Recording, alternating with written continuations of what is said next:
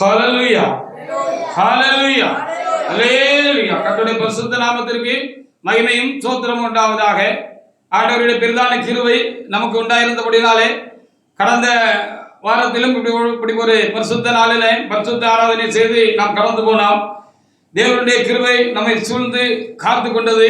ஆனபடினாலே திரும்பவும் ஜீவனோடு கூட அவருடைய சமூகத்திலே கடந்து வந்து அவருக்கு திரும்பவும் ஒரு பரிசுத்த ஆராதனை செய்வோம். விசேஷமாக அவரை பாடி மகிமைப்படுத்தவும் தேவனாய் கர்த்தர் தாமே இந்த நாளிலே நமக்கு அனுக்கிரகமும் உதவியும் கூட தேவனாய் கர்த்தர் செய்து என்னையும் உங்களையும் கூட தேவ சன்னிதானத்தில் அழைத்து கொண்டு வந்து அவர் தாமே நம்மை துதிக்க செய்து கொண்டிருக்கிற மகா பெரிய இந்த கிருபைக்காக நான் ஆண்டவருக்கு நானும் அதிகமாக நான் ஸ்தோத்திரம் செலுத்துகிறேன்.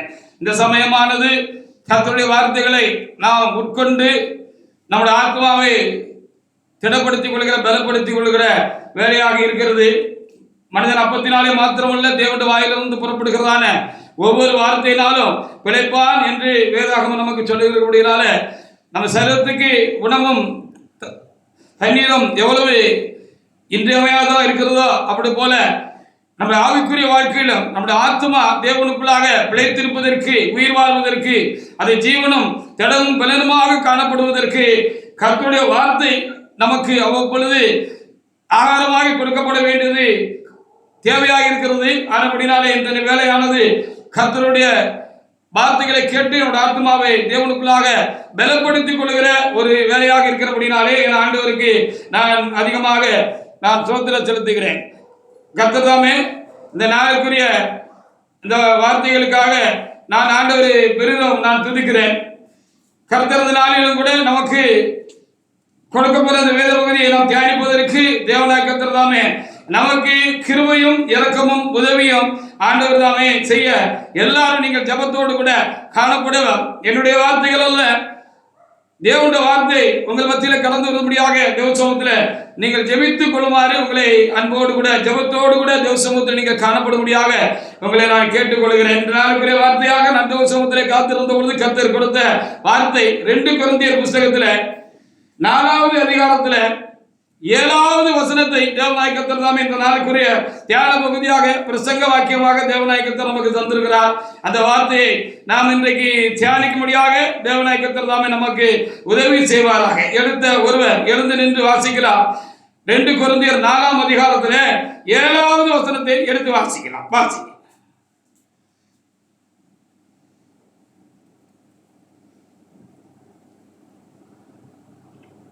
இந்த மகத்துவமுள்ள வல்லமை எங்களால் உண்டாயிராமல் தேவனால் உண்டாயிருக்கிறது என்று விளங்கும்படி இந்த பொக்கிஷத்தை மண்பாண்டங்களில் பெற்றிருக்கிறோம் என்று தாழ்மையோடு அறிக்கை பண்ணின பரிசுத்த பவுலுடைய வார்த்தையை தியானிப்பதற்கு இறைவனாகிய தேவன் இந்த நாளில் எனக்கும் உங்களுக்கும் கேட்கிற யாவருக்கும் கூட அருள் பாராட்டுவாராக.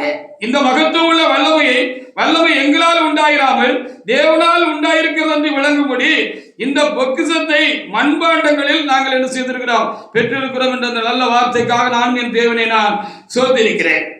தேவனுடைய விலையேறப்பட்ட ரட்சிப்பு நமக்குள்ளாக இருக்கிறது என்று சொல்லி நாம் அறிந்திருக்கிறோம். தேவனுடைய விலையேறப்பட்ட இரத்தத்தினால் தேவனாய கர்த்தர் தாமே நம்மை ரட்சித்து அந்த விலையேறப்பட்ட ரட்சிப்பை நமக்குள்ளாக வைத்திருக்கிறார். அந்த ரட்சிக்கப்பட்ட தேவனுடைய பிள்ளைகளாக நமக்குள் அந்த ரட்சிப்பு வைக்கப்பட்டிருக்கிறது மாத்திரமல்ல, ஆண்டவர் அவரவர்களுக்கு தேவையானபடி அவர்களுக்கு பிரயோஜனம் உண்டாக தேவனாய கர்த்தர் என்று செய்திருக்கிறார். ஆவிக்குரிய ஆசீர்வாதங்களையும் சேர்த்து நமக்குள்ளே வைத்திருக்கிறார் என்று சொல்லி பார்க்கிறோம். இந்த ஆசீர்வாதங்கள் எல்லாம் எனக்குள்ளே இருக்கிறது, உங்களுக்குள்ளே இருக்கிறது. ரட்சிக்கப்பட்டான ஒவ்வொரு பிள்ளைகளுக்குள்ளும் அது என்ன இருக்கிறது என்று சொல்லி நாம் அறிந்திருக்கிறோம். அவைகளுக்காக நாம் ஆண்டவரை நாம் சோதரிப்போமாக. இந்த மேலான இந்த ரட்சிப்பின் அனுபவத்தை மண்பாண்டங்களிலே நாம் பெற்றிருக்கிறோம் என்று சொல்லி ஒரு வார்த்தை குறிப்பிடப்பட்டிருக்கிறது. அதுதான் இன்றைக்கு முக்கியமாக நாம் கவனித்து உற்று நோக்க வேண்டிய ஒரு முக்கியமான ஒரு காரியமாக இருக்கிறது என்று நான் எண்ணுகிறேன். மண்பாண்டத்தில் ரட்சிப்பை நாம் பெற்றிருக்கிறோம். அப்போ ஒரு மண்பாண்டத்தில் ஏதோ ஒரு விலை மதிக்கத்தக்க விலையேறப்பட்ட ஒரு பொருளை மண்பாண்டத்திலே நாம் வைத்திருக்கிறோம் என்று சொன்னால் ரொம்ப கவனமாக அந்த மண்பாண்டத்தை நாம் பாதுகாக்க வேண்டாம். ஏனென்று சொன்னால் மண்பாண்டம் என்று சொல்லுகிற பொழுது சின்ன ஒரு தட்டுப்பட்டாலும் சரிதா, இல்லை ஒரு சின்ன ஒரு இடி பட்டாலும் சரிதா, என்ன செய்துவிடும், அது சடக்கென்று என்ன செய்துவிடும், அது உடைந்து சிதறிவிடும் என்று சொல்லி நான் பார்க்கிறோம். ஆனபடினால இந்த சரீரத்திலே ஆண்டவர் நமக்கு ஒரு பெரிய ரட்சிப்பை கொடுத்திருக்கிறார் என்று சொல்லி பார்க்கிறோம். இந்த சரீரத்தை குறித்து இங்கே இந்த வேத பகுதி என்ன சொல்லுகிறது என்று சொல்லி நம்ம இங்க பார்க்கிற பொழுது இது ஒரு மண்பாண்டம் என்று சொல்லி சொல்லப்பட்டிருக்கிறது.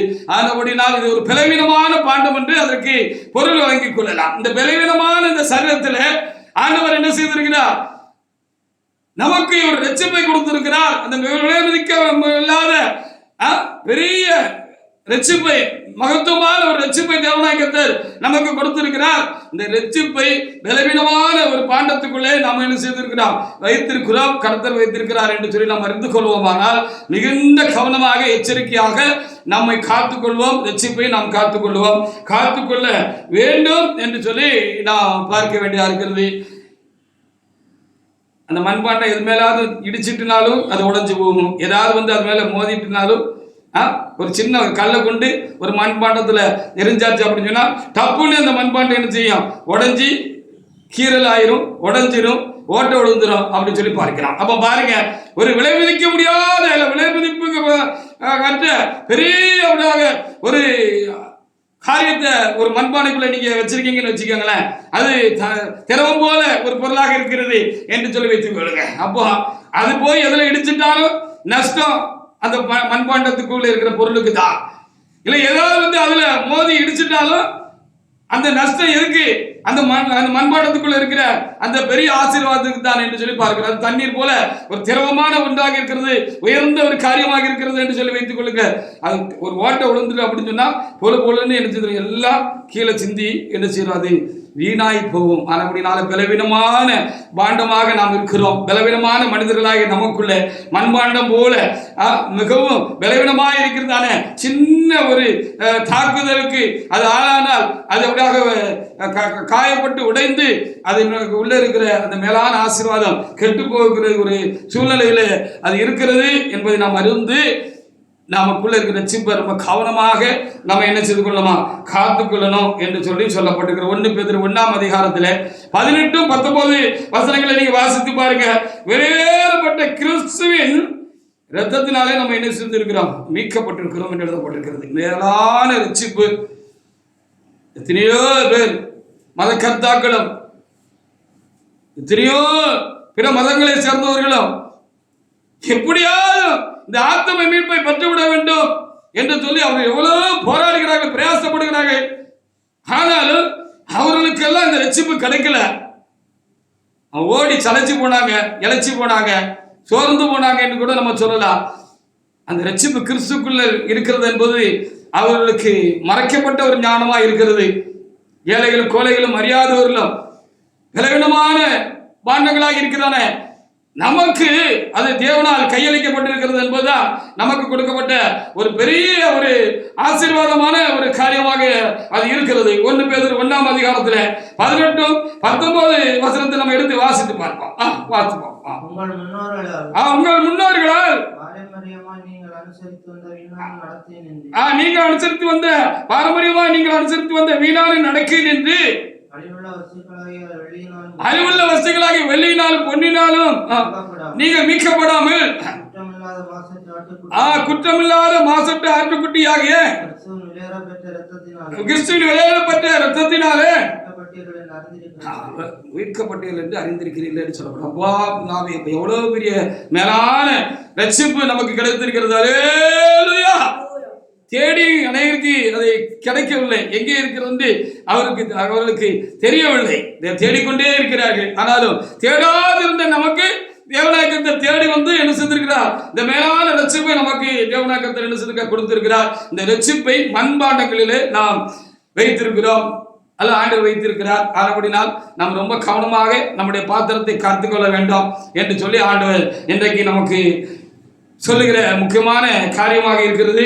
அதற்காக நாம் ஆண்டவருக்கு நாம் என்ன செய்யணும், ரொம்ப அதிகமாக நம்ம என்ன செய்யணும், நாம் ஸ்தோத்திரம் செலுத்த வேண்டியவர்களாக நாம் இருக்கிறோம். எபிரேயர் புத்தகத்தில் 2ஆம் அதிகாரத்தில் 4வது வசனத்தை நம்ம எடுத்து வாசிக்கிற பொழுது, அப்போ லேசில் உடைஞ்சு போகக்கூடிய ஒரு பொருள் நாம அப்படின்னு சொல்லப்பட்டிருக்கிறது.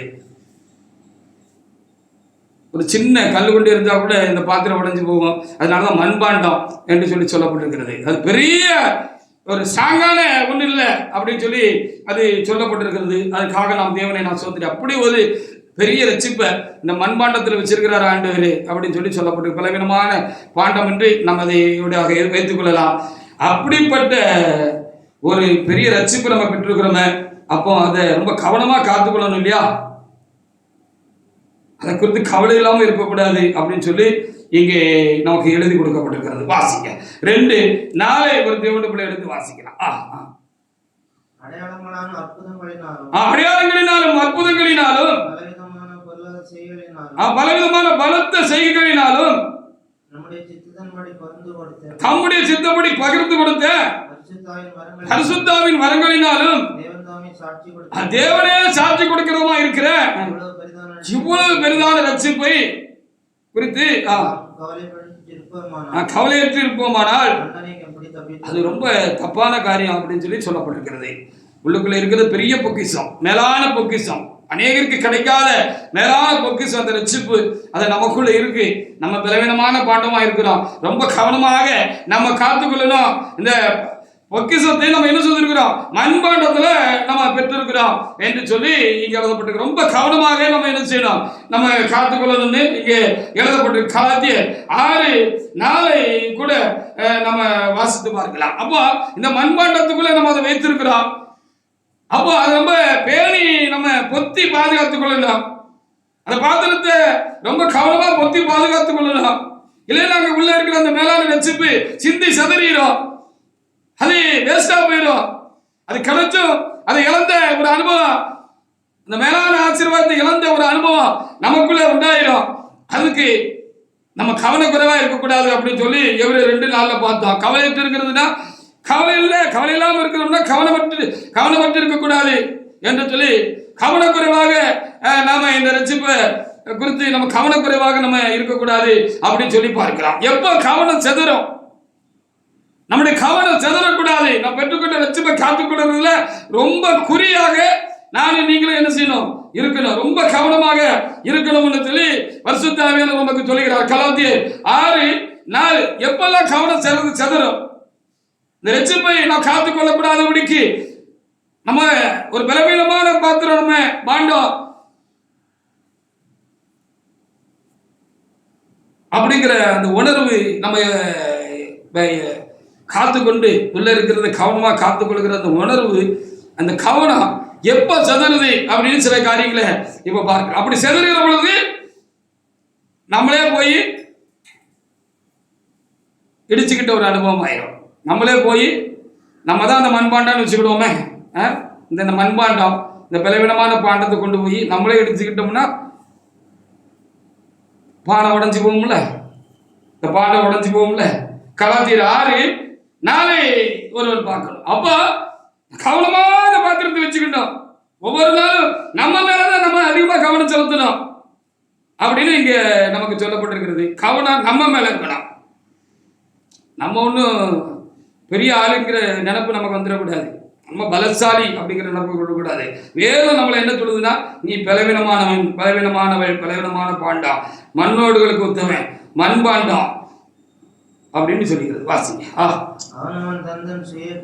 அவனவன் தன் சுய கிரியையை சோதித்து பார்க்க கிடவன், அப்பொழுது மற்றவர்களை பார்க்கும் பொழுது அல்ல, தன்னையே பார்க்கும் பொழுது மேன்மை பாராட்ட அவனுக்கு என்னது உண்டாகும், இடம் உண்டாகும் அப்படின்னு சொல்லப்பட்டிருக்கிறது. அப்போ நம்ம கவனத்தை சிதறடிக்கிற ஒரு காரியம் என்னன்னு சொன்னா, நம்ம கவனமா பார்த்துக்கிடணும். நம்ம கிட்ட என்ன இருக்கு, எங்கன்னா நம்ம தட்டுப்பட்டு நம்ம பாத்திரம் உடஞ்சிடக்கூடாது, உள்ள இருக்கிற ரட்சிப்பு, மேலான அந்த ரட்சிப்பு நம்ம இழந்து போகக்கூடாது. அப்படின்னா கவனம் நம்ம மேல இருக்கணும். பார்த்து நடக்கணும், பார்த்து நடக்கணும், வழியில பார்த்து நடக்கணும். நம்மையும் பார்த்து வழியும் பார்த்து பார்த்து பார்த்து நடக்கணும். அப்படி விட்டுட்டு அக்கம் பக்கத்தில் இருக்கிறவங்கள, மற்றவங்கள, சபையில் இருக்கிறவங்கள, கூட இருக்கிறவங்கள, மற்றவங்கள நம்ம பார்க்க ஆரம்பிச்சுட்டோம் அப்படின்னு சொன்னா அதுல அவங்க குறை குற்றங்கள் நம்ம கண்ணுக்கு நல்ல சார்பா தெரியுது. நம்ம குற்றம் நமக்கு தெரிய மாட்டேங்குது. ஆனா இந்த பானைக்குள்ள இருக்கிற குற்றம், இந்த பானையில இருக்கிற குற்றம் நமக்கு தெரிய மாட்டேங்குது. ஆனா அடுத்தவங்க பக்கத்தில் இருக்கிற பானை இருக்கிற குற்றம், அழுக்கு, அது நமக்கு நல்ல கூர்மையா தெரியுது, சார்பா. நம்ம ஆவிக்குரிய கண்களுக்கு தெரியாது, நல்ல சொல்றதா மாம்ச கண்களுக்கு தெரியுதுன்னு வச்சுக்கிட்டோமே. அல்லேலூயா. நம்ம ஆவிக்குரியவங்களா இருந்தா கூடுமான மட்டும் மற்றவருடைய குறைகளை நம்ம நோண்டி பார்க்க மாட்டோம் அப்படின்னு சொல்லி நம்ம என்ன செய்ய வேண்டியிருக்கிறது, பார்க்க வேண்டியிருக்கிறது. அவனுக்காக நாம் ஆண்டவருக்கு அடுத்தவங்களுடைய குற்றம் நமக்கு நல்ல தெளிவா நமக்கு தெரியுது அப்படின்னா நம்மளுடைய கவனம் செதறிட்டுன்னு அர்த்தம். நம்ம மேல இருக்க வேண்டிய கவனம் செதறிட்டு அப்ப அடுத்தவங்களை பார்த்துக்கிட்டே இப்போ வச்சுக்கங்களேன், நானா இருக்கட்டும் நீங்களா இருக்கட்டும், இது மண் பாத்திரம்னு வச்சுக்கிடுவோமே. நம்மளுடைய ஆவியாத்மா செல்லம் மண் பாத்திரமா இருக்குன்னு சொல்லி வச்சுக்கிடுவோமே. இப்படி அடுத்தவங்களை பார்த்துக்கிட்டு, நேசமால பார்த்துட்டு, சாட்சியை பார்த்துக்கிட்டு நான் அப்படியே போறேன்னு வச்சுக்கோமே. அவர் என்ன ஒரு மாதிரி நடக்காரு, நடையே சரியில்லையே, அவர் நடக்கிற நடையே தெரியலையா. ஆமா அப்படின்னு சொல்லி அவரை பார்த்துக்கிட்டே இப்படி போனேன்னா ஏத்தால எது மேலேயாவது போய் முட்டி என் பாத்திரத்தை நான் உடைச்சிக்கிடுவேன். என்னோட ரட்சிப்புக்கு குறை உண்டாயிரும். என்னுடைய ரட்சிப்பின் அனுபவத்தில் என்ன உண்டாயிரும், குறை உண்டாயிரும். அதனாலதான் இங்க என்ன போட்டிருக்கிறது, இந்த பொக்கிஷத்தை மண்பாண்டத்துல நான் என்ன செஞ்சிருக்கிறேன், நான் பெற்றிருக்கிறேன் என்று சொல்லி சொல்லப்பட்டிருக்கு. அப்ப இது ஒரு முக்கியமான ஒரு காரியம். ரெண்டாவது, அதே அதிகாரத்தில் 3ஆம் வசனத்தை வாசி பாருங்க. எதெல்லாம் இந்த மண்பாண்டத்துக்குள்ள வைத்திருக்கிற ரட்சிப்பையும் இந்த மண்பாண்டத்தையும் இந்த சரீரமாக இந்த மண்பாண்டத்துக்குள்ள இருக்கிற அந்த ரட்சிப்பையும் நம்மையும் காத்துக் கொள்ளக்கூடிய ஒன்று என்று சொல்லி பார்க்கிற பொழுது நம்ம ஒன்றும் பலசாலிகள் அல்ல, பலவீனமானவங்க இருக்கிற உணர்வு எப்பவும் இருக்கணும். நம்ம பலவீனமானவங்களா இருந்ததுனாலதான் சாத்தான் நம்ம மாத்திரமில்லை, நம்முடைய மூதாதையர்களையும் ஆதி மனிதனாகிய ஏவாளையும் ஆதாமையும் என்ன செஞ்சான், பிடிச்சிட்டான் அப்படின்னு சொல்லி நம்ம பார்க்க வேண்டியது ரொம்ப முக்கியமான ஒரு காரியமா இருக்கா. 6:3 கூட வாசிக்கலாம், வாசி பாருங்க. ஒருவன் தான் ஒன்றுமில்லாது இருந்தும் தன்னை ஒரு பொருட்டன் எண்ணினால். ஆமா, இப்போ இதுல முக்கியமான அடுத்தது என்னன்னா, தன்னைத்தானே மெச்சிக்கிடுமா தவிட்டு கோழி அப்படின்னு சொல்லி ஒரு பழமொழி உண்டு. தவிட்டு கோழி தவிட்டு தின்னுட்டே இருக்கும், கண்ணை மூடிக்கிட்டு ஏதோ பெரிய ஆளு மாதிரி அது தர நினைச்சுக்கிடுமா. தவிடு திங்கிற கோழி, அதுக்கு என்ன பெரிய ஆளு நினைக்கிறதுக்கு என்ன இருக்கு, ஒண்ணுமே கிடையாது. ஆமா, நாளைக்கு கசாப் கடைக்கு போயிடாதபடிக்கு இருக்கணும். அதான் ரொம்ப முக்கியமான ஒரு காரியமா இருக்கு. அப்படி கசாப்பு கடைக்கு போற கோழிக்கு தன்னை பெருசா நினைக்கிறதுக்கு என்ன இருக்கு, ஒண்ணுமே கிடையாது. அப்படி இந்த உலகத்துல நாம் இருக்கிறோம், கர்த்தருடைய ரட்சிப்பை பெற்று இருக்கிறோம். ரட்சிப்பு நமக்குள்ளாக இருக்கிறது. இந்த பலவீனமான இந்த சரீரத்துக்குள்ளாக, ஆத்மாவுக்குள்ளாக, இந்த ஆவி ஆத்மா சரீரத்துக்குள்ளாக அதை தேவனாக்கத்தை வைத்திருக்கிறார். மேன்மை பாராட்டுறதுக்கு என்ன இருக்கு, நம்மகிட்ட வரங்கள் இருக்கலாம், வல்லமைகள் இருக்கலாம், பாடுகிற ஆசீர்வாதங்கள் இருக்கலாம், இசைக்கருவிகளை நுணுக்கமாக மிகவும் அழகாக நேர்த்தியாக வாசிக்கிற அனுபவங்களா இருக்கிறார். காட்சிகளை காணலாம், தரிசனங்களை காணலாம். எல்லாம் பலவீனமான இந்த பாண்டத்துக்குள்ள ஆண்டவர் வச்ச ஆசீர்வாதம் நம்முடையதல்ல. அல்லேலூயா. ஒண்ணு நமக்குள்ளது இல்ல அப்படிங்கிறதுல நம்ம என்ன செய்யணுமா, ரொம்ப தெளிவாக நானும் நீங்களும் காணப்பட வேண்டும். அப்படி காணப்படாதபடிக்கு நம்மளை குறித்து ஒரு பெரிய ஆளுங்கிற நமக்கு சிந்தனை நமக்குள்ள வந்துட்டு அப்படின்னு சொன்னா நம்ம எங்கேயாவது போய் முட்டிக்கிட்டோம்னா இது ஒன்றும் இரும்பு பாத்திரம் இல்லை, பலவீனமான பாத்திரம். அதான் மண்பாண்டத்தில் பெற்றிருக்கிறோம். இந்த பொக்கிஷத்தை, இந்த ஆசீர்வாதங்களை நம் மண்பாண்டத்தில் பெற்றிருக்கிறோம். அது உடஞ்சிச்சுன்னா எல்லாம் போயிடும் அப்படிங்கிற அந்த உணர்வு எனக்குள்ளேயும் உங்களுக்குள்ளேயும் இருக்கணும் என்கிறதா காரியம். அப்போ என்னெல்லாம் கவனிச்சது, நம்மளை தான் நம்ம போய் கவனமாக காத்துக்கிடணும். நம்ம நடை மேல ரொம்ப நமக்கு கவனம் இருக்கணும். நம்ம பெரிய ஆளுங்கிறது என்ன வந்துடக்கூடாது. இன்னைக்கு ரொம்ப தெளிவாக நமக்கு சொல்லப்பட்டிருக்கிறது. அப்படி வந்துட்டுன்னா நம்ம நடையில கவனம் இருக்காது, நினப்பு பொழப்ப கெடுத்துடும். ஹல்லேலூயா! நம்ம நினைப்பே நம்ம பொழப்ப என்ன செஞ்சிடும், கெடுத்துடும் அப்படின்னு சொல்லப்பட்டிருக்கிறது. ஏற்கனவே முன்னால பார்த்த மாதிரி விசேஷமாக அடுத்தவங்கிட்ட இருக்கிற குறைகளை ரொம்ப உற்று நோக்கிறவர்களாக நாம் இருக்கக்கூடாது என்று சொல்லி சொல்லப்படும். இதெல்லாம் நம்மளை கவனத்தை திசை திருப்புற காரியம், கவனத்தை சிதறி இருக்கிற காரியம். ரொம்ப கவனமாக இருந்து நம்மளுக்குள்ள இருக்கிற ரட்சிப்பை, நமக்கு இருக்கிற அந்த முகத்துவம் உள்ள வல்லமையை நம்ம காத்துக்கொள்ளணுங்கிறது தான் நமக்கு கர்த்தர் கொடுத்திருக்கிற ஒரு ஆசீர்வாதம். செப்பனியா 2:2 எடுத்து நீங்க வாசித்து பாருங்க. அப்போ ஒவ்வொரு நாளும் காலையில் எழுந்த உடனே ராத்திரி படுக்கைக்கு போகிற பொழுதும் நாம் என்ன செய்யணுமா, நம்ம உயிர்த்து ஆராய்ந்து பார்க்குற ஒரு அனுபவம் இருக்கணும். இன்னைக்கு நம்ம கண் எங்கே தப்பு பண்ணிச்சு, நம்ம வாய் எங்கே மீறிச்சு, இந்த கை என்ன தப்பு பண்ணிச்சு, இந்த கால் எங்கேயாவது கர்த்தருக்கு சித்தமில்லா இடத்துக்கு போச்சா, நம்மளோட மைண்டு சிந்தனை எங்கேயாவது விலகி போச்சா, இந்த காது கேட்கக்கூடாது ஏதாவது கேட்டுச்சா அப்படின்னு சொல்லி நம்மளை ஒவ்வொரு நாளும் ராத்திரி படுக்கைக்கு போகிற பொழுது நாம் சிந்திக்கணும். காலையில் எழுந்த உடனே அதை திரும்ப நினைக்கொண்டு வந்து ஆண்டவர் தான் நம்மளை பாதுகாத்திருக்காரு, இல்லைன்னா நம்ம போய் என்ன செஞ்சுருப்போம், இடித்து நம்மளை உடைச்சிக்கிட்டு இருந்திருப்போம், இல்லைன்னா பொத்தல் உண்டாயிருக்கும், ஓட்டை உண்டாயிருக்கும் அப்படின்னு உணர்ந்து தௌசமத்தில் இனி இப்படி கவனக்குறைவாக நம்ம நடக்கக்கூடாது அப்படின்னு நம்மளை என்ன செய்ய முடியும், நம்ம காத்துக்கொள்ள முடியும் என்று சொல்லி சொல்லப்பட்டிருக்கிறது. அப்படி தற்பரிசோதனை செய்கிற அந்த பழக்கம் காலத்தில் நமக்கு இல்லைன்னா பரிசுத்த ஆவியானவர் துணையோடு கூட அதை நம்ம கவனிக்கல அப்படின்னு சொன்னா அதுவும் கவனம் சிதறது தான். வாசிக்க செப்பனியா 2:2.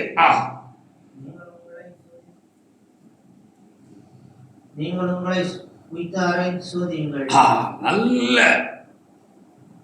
உயிர்த்து ஆராய்ந்து பார்த்து என்ன செய்யணும், உங்களை சோதியுங்கள் அப்படின்னு சொல்லி என்ன செய்ய சொல்லப்பட்டிருக்கிறது. நல்ல குடஞ்சி பார்க்கணும், நல்ல குடஞ்சி பார்க்கணுமா, எங்கேயாவது அழுக்கு ஒட்டிட்டு இருந்துச்சா, ஏதாவது பாத்திரத்தில் கீரல் உண்டாகிறதுக்கு தட்டுப்படுறதுக்கு எதுவா நம்ம இன்னைக்கு நடந்து வந்த காரியங்கள் ஏதாவது இருந்துச்சா அப்படின்னு சொல்லி நம்ம என்ன செய்யணுமா பார்க்கணும் அப்படின்னு சொல்லி இங்கே நமக்கு எழுதி கொடுக்க. இதெல்லாம் கவனம் சதுர்கிறதுக்கு காரியங்கள்.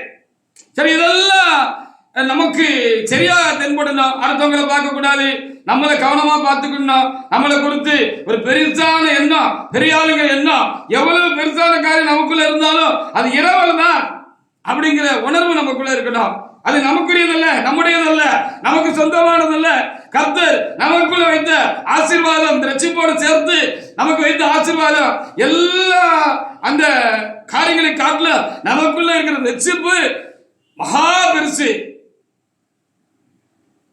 அது கிடைக்காத ஒண்ணு, காண கிடைக்காத ஒண்ணு கிடைச்சிருக்கு அப்படிங்கிற சிந்தனை எப்பவும் நமக்குள்ள இருந்துகிட்டே இருக்கணும். அப்பதான் நம்ம கவனமா நம்ம என்ன செய்வோம், இப்ப பார்த்த காரியங்கள் எல்லாம் தவிர்த்து விளக்கி நம்மளை என்ன செய்ய முடியும், நம்ம காப்பாத்திக்கிட முடியும் அப்படின்னு சொல்லி நம்ம பார்க்க வேண்டியதா இருக்கிறது. அப்ப இதெல்லாம் ஒண்ணு இருந்தா ஒருவர் நமக்குள்ள இருந்து அதை என்ன செய்வாரு, நம்மளை சரியா கரம் பிடிச்சு நடத்துவாரு. நம்ம பாத்திரத்தை தட்டுப்பட்டுறாதபடி நம்ம பொத்தி கொண்டு போகிறதுக்கு நமக்கு அது பலனா இருக்கும், அது கிருபையா இருக்கும். ஒருவர் அப்படி செய்வார் அப்படின்னு சொல்லி பார்க்க வேண்டியதா இருக்கு. மார்க்கு 14:38 வாசி பாருங்க. அப்போ இது குறையும் பொழுதும் நம்ம பாத்திரம் தட்டுப்பட்டு உடையிறதுக்கு ஏதுவான ஒன்று உண்டாகிவிடும் என்று சொல்லி நாம் எண்ண வேண்டியதா இருக்கிற. வாசிக்கலாம். மார்க்கு 14:38 இவர் தேவனுடைய பிள்ளை எடுத்து வாசிக்கலாம். நீங்கள் சோதனைக்கு உட்படாதபடிக்கு விழித்திருந்து ஜெபம் பண்ணுங்கள் என்று சொல்லி அங்கே எழுதப்பட்டிருக்கிற அந்த நல்ல வார்த்தைகளுக்காக நானுமே ஆண்டவருக்கு நான் ஸ்தோத்திரம் சொல்லுகிறேன். அப்போ ஜெபம் குறைஞ்சு போச்சுனாலும் ஜபம் குறைஞ்சிட்டாலே, ஆண்டவரோடு கூட ஐக்கியம் குறைஞ்சிட்டாலே, தேவாவியுடைய பலம் நமக்கு குறைஞ்சிட்டாலே, ஆவியானவருடைய நடத்துதல் நமக்குள்ள இல்லாம போயிட்டு குறைய ஆரம்பிச்சுட்டு இருந்தாலே மாம்ச தலை தூக்கிறோம். நான் ஏற்கனவே பட்டியலிட்டு வந்த எல்லா காரியமும் மாம்சத்துடைய கிரிகள் தான், ஆவிக்குரிய கிரிகள் அல்ல. இப்ப ஆவியானவருடைய பலன் குறைகிற பொழுது, ஆவியானவருடைய நடத்துதல் நமக்குள்ள குறைகிற பொழுது, ஜபம் இல்லாத பொழுது, ஜபம் குறைகிற பொழுது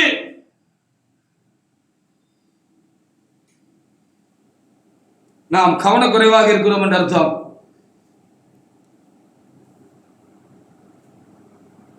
நான் உடைபடுகிற சின்ன கல்லறி விழுந்தாலும், நாமே போய் எது மேலே சின்னதாக தட்டிக்கிட்டாலும் அது உடைஞ்சி பெரிய நஷ்டத்தை கொண்டு வந்துடும், நம்முடைய மேலான ஆசீர்வாதங்களை அது தொலைத்து போடும் என்பதை உணரக்கூடாத ஒரு உணர்வில்லாத இருதயம் ஜெபம் இல்லைன்னா நமக்கு வந்துடும்.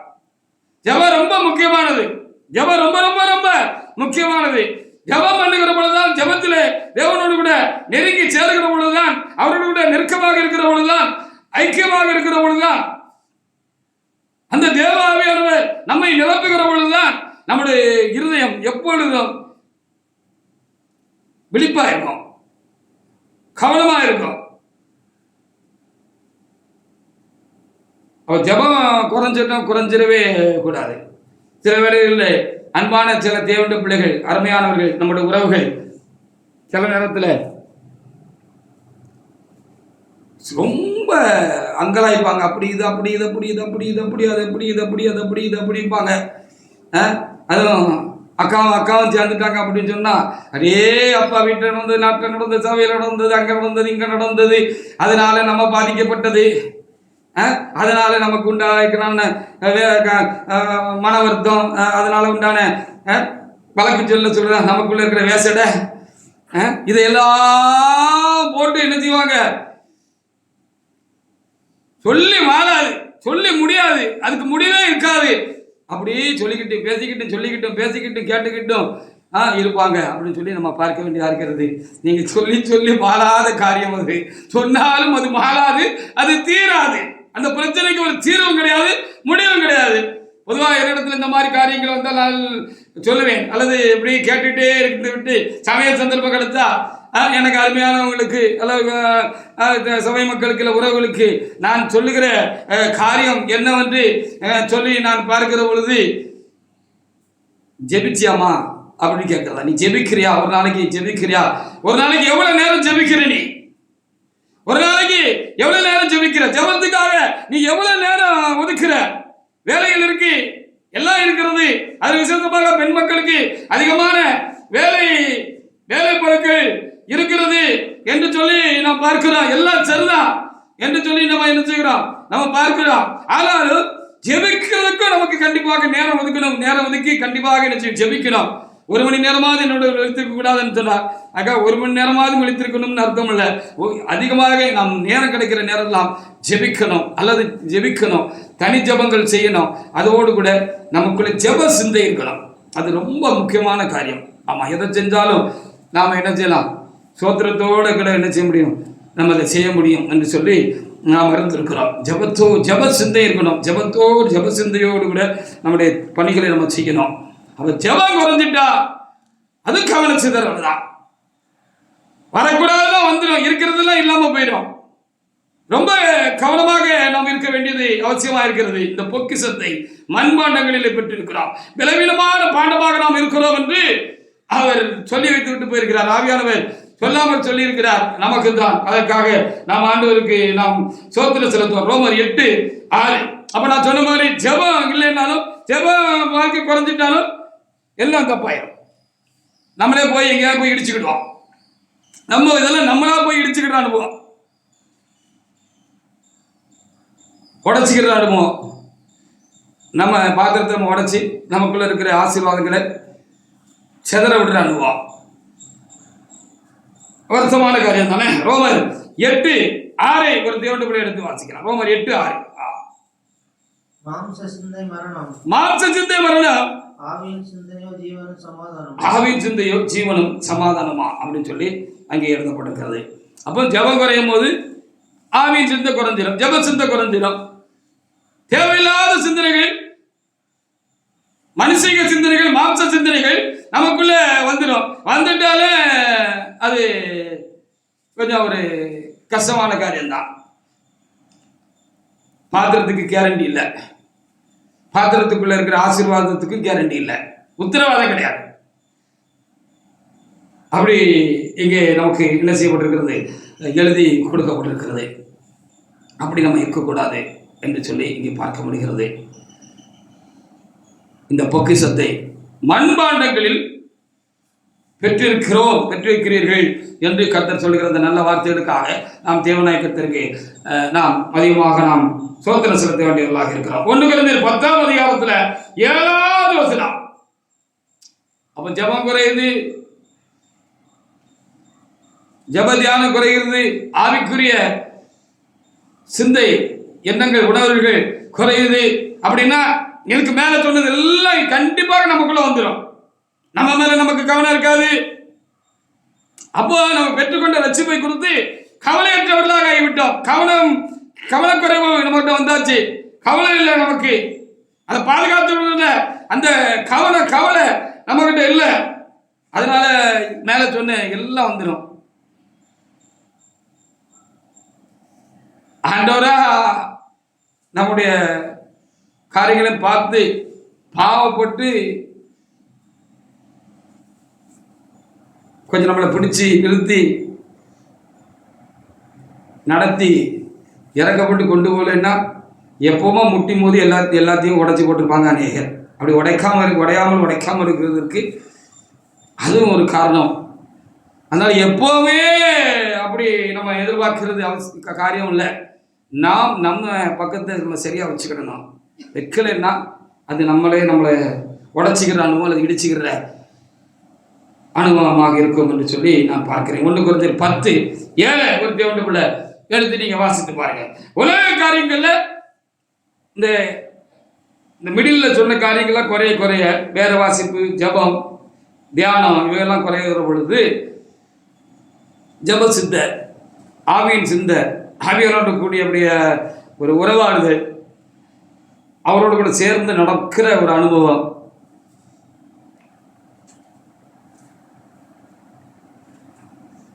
இது குறையப்படுது. முன்னால் உள்ளது இப்போ பின்னால் சொல்லப்படுறது எல்லாம் இடிச்சுக்கிற அனுபவமாக நமக்குள்ள வரும். நாமளே இடிச்சுக்கிடுவோம்.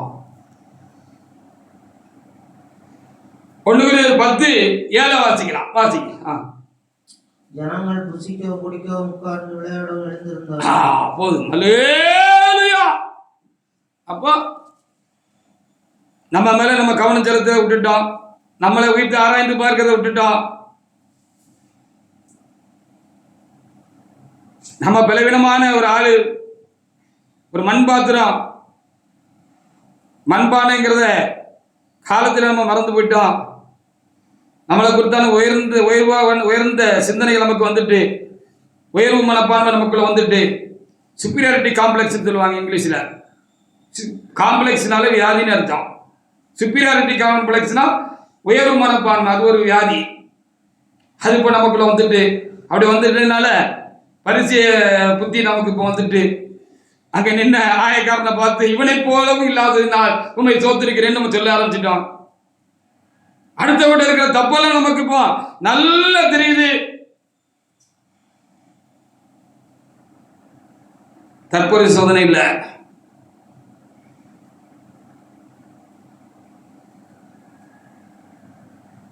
இதுக்கெல்லாம் காரணம் ஜபம் குறைஞ்சி போச்சு. லபான்னு அடிச்சு என்ன செய்ய போறீங்க? ஒன்றும் செய்ய முடியாது. லபான்னு அடிக்காதீங்க, என்ன செய்ய முடியும்? செலுத்து பாருங்க, தேவசபத்தில் காலை முடக்கி பாருங்க. நீங்கள் எந்த காலத்துக்கு லபான்னு அடிச்சுக்கிறீங்களோ அந்த காரியத்துக்கு ஒரு தீர்வு கிடைக்கும். மற்றபடி என்ன லபான்னு அடிச்சாலும் தீர்வு கிடைக்காது. நீ எத்தனை மணி நேரம் ஜபிச்சீங்க? எவ்வளவு நேரம் இந்த பிரச்சனைக்காக தேவ சமூகத்தில் நீங்கள் உங்களை கொடுத்து தேவ சமூகத்தில் அவருடைய பாதத்துல அந்த பிரச்சனைய வச்சீங்க? அதற்காக எவ்வளவு நேரம் நீங்க கண்ணீர் வடிச்சீங்க? அதுதான் இப்ப காரியம். ஹல்லேலூயா. நாங்கெல்லாம் இப்ப இங்க நிக்கும் அப்படின்னா தேவ பலத்தினால நிக்கும், தேவ சமூகத்தின் பலத்தினாலதான் நிக்கும். தேவனால தான் நிற்கும். காலம் செல்ல செல்ல நாங்கள் ஒன்றும் இல்லைங்கிறதையும் இது லாய்க்கில்லாத பாத்திரங்கிறதையும் இந்த பாத்திரத்தால் ஒன்றும் கூடாதுங்கிறதையும் ரொம்ப ரொம்ப நாங்கள் அதிகமாக உணர்ந்துக்கிட்டே இருக்கிறோம். அதுக்காக என் ஆண்டவருக்கு நான் ஸ்தோத்திரம் செலுத்துகிறேன். ரொம்ப உணர்றோம். அவருடைய ஜெப கிருபை தான் தாங்குது, அவர் சமூகம் தான் இவ தாங்குதுங்கிறத நம்ம அறிஞ்சிருக்கிறோம்.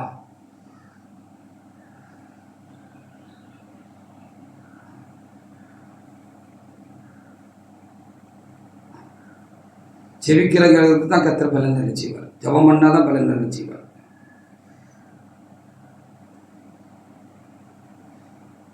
ஜெபம் தான் நம்மளை தாங்கும்.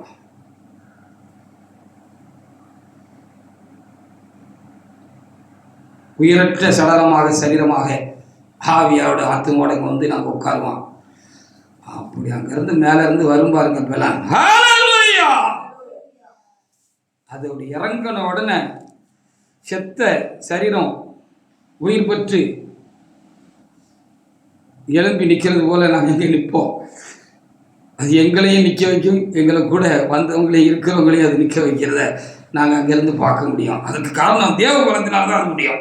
தேவ பலத்தினால நம்ம எதையும் சாதிக்க முடியும். தேவ பலத்தினால தான் நம்மையும் நம்ம பாதுகாத்துக் கொள்ள முடியும். தேவ பலத்தினால தான் ஒரு ஆவிக்குரிய கண்ணோட்டம் நமக்கு உண்டாக முடியும். ஆவிக்குரிய பார்வை நமக்கு உண்டாக முடியும். ஆவிக்குரியவர்களாக நாம் ஜீவிக்க முடியும். அப்பொழுதுதான் இந்த தேவ ஆவியினுடைய பலன் நமக்குள்ள இருந்து அது நம்ம உணர்த்துக்கிட்டே இருந்தால்தான், அது நம்ம உசுப்பிக்கிட்டே இருந்தால்தான் கவனம் நம்ம மேல இருக்கும். ரொம்ப ஜாக்கிரதையாக நம்ம காத்துக்கொள்ள முடியும். நீங்க 1 Corinthians 10 சொன்ன போல உலக காரியங்கள்ல மனம் போகாது, ஈடுபாடு கொள்ளாது என்று சொல்லி நம்ம இங்கே என்ன செய்கிறோம், நாம் பார்க்கிற ஒரு முக்கியமான ஒரு காரியமாக இருக்கிறது. அவைகளுக்காக நாம் ஆண்டவருக்கு நாம் ஸ்தோத்திரம் செலுத்துவோமாக. ஜனங்கள் புசிக்கவும் குடிக்கவும் உட்கார்ந்து விளையாடவும் எழுந்தார்கள் என்று சொல்லப்பட்டிருக்குது. அதெல்லாம் ரொம்ப முக்கியம் இல்லை. இந்த உலக காரியங்கள், உலகத்தின் மேல் இருக்கிற ஆசை இச்சையெல்லாம் நமக்கு முக்கியம் இல்லை. எதெல்லாம் நமக்கு தேவையான சந்தோஷமோ இன்பமோ நமக்கு தேவையான காரியமோ அதெல்லாம் கர்த்தர் நமக்கு சேர்த்து கொடுப்பாரு. நியாயமான எல்லாவற்றையும் நாம் இந்த உலகத்திலே நாம் பெற்றுக்கொள்ளலாம். நமக்கு வேண்டிய எல்லா நியாயமான காரியங்கள், சந்தோஷங்கள், இன்பங்கள் எல்லாவற்றையும் தேவனாக கர்த்தர் நமக்கு கொடுப்பாரு. அதுக்கு எந்த தடையும் இல்லை.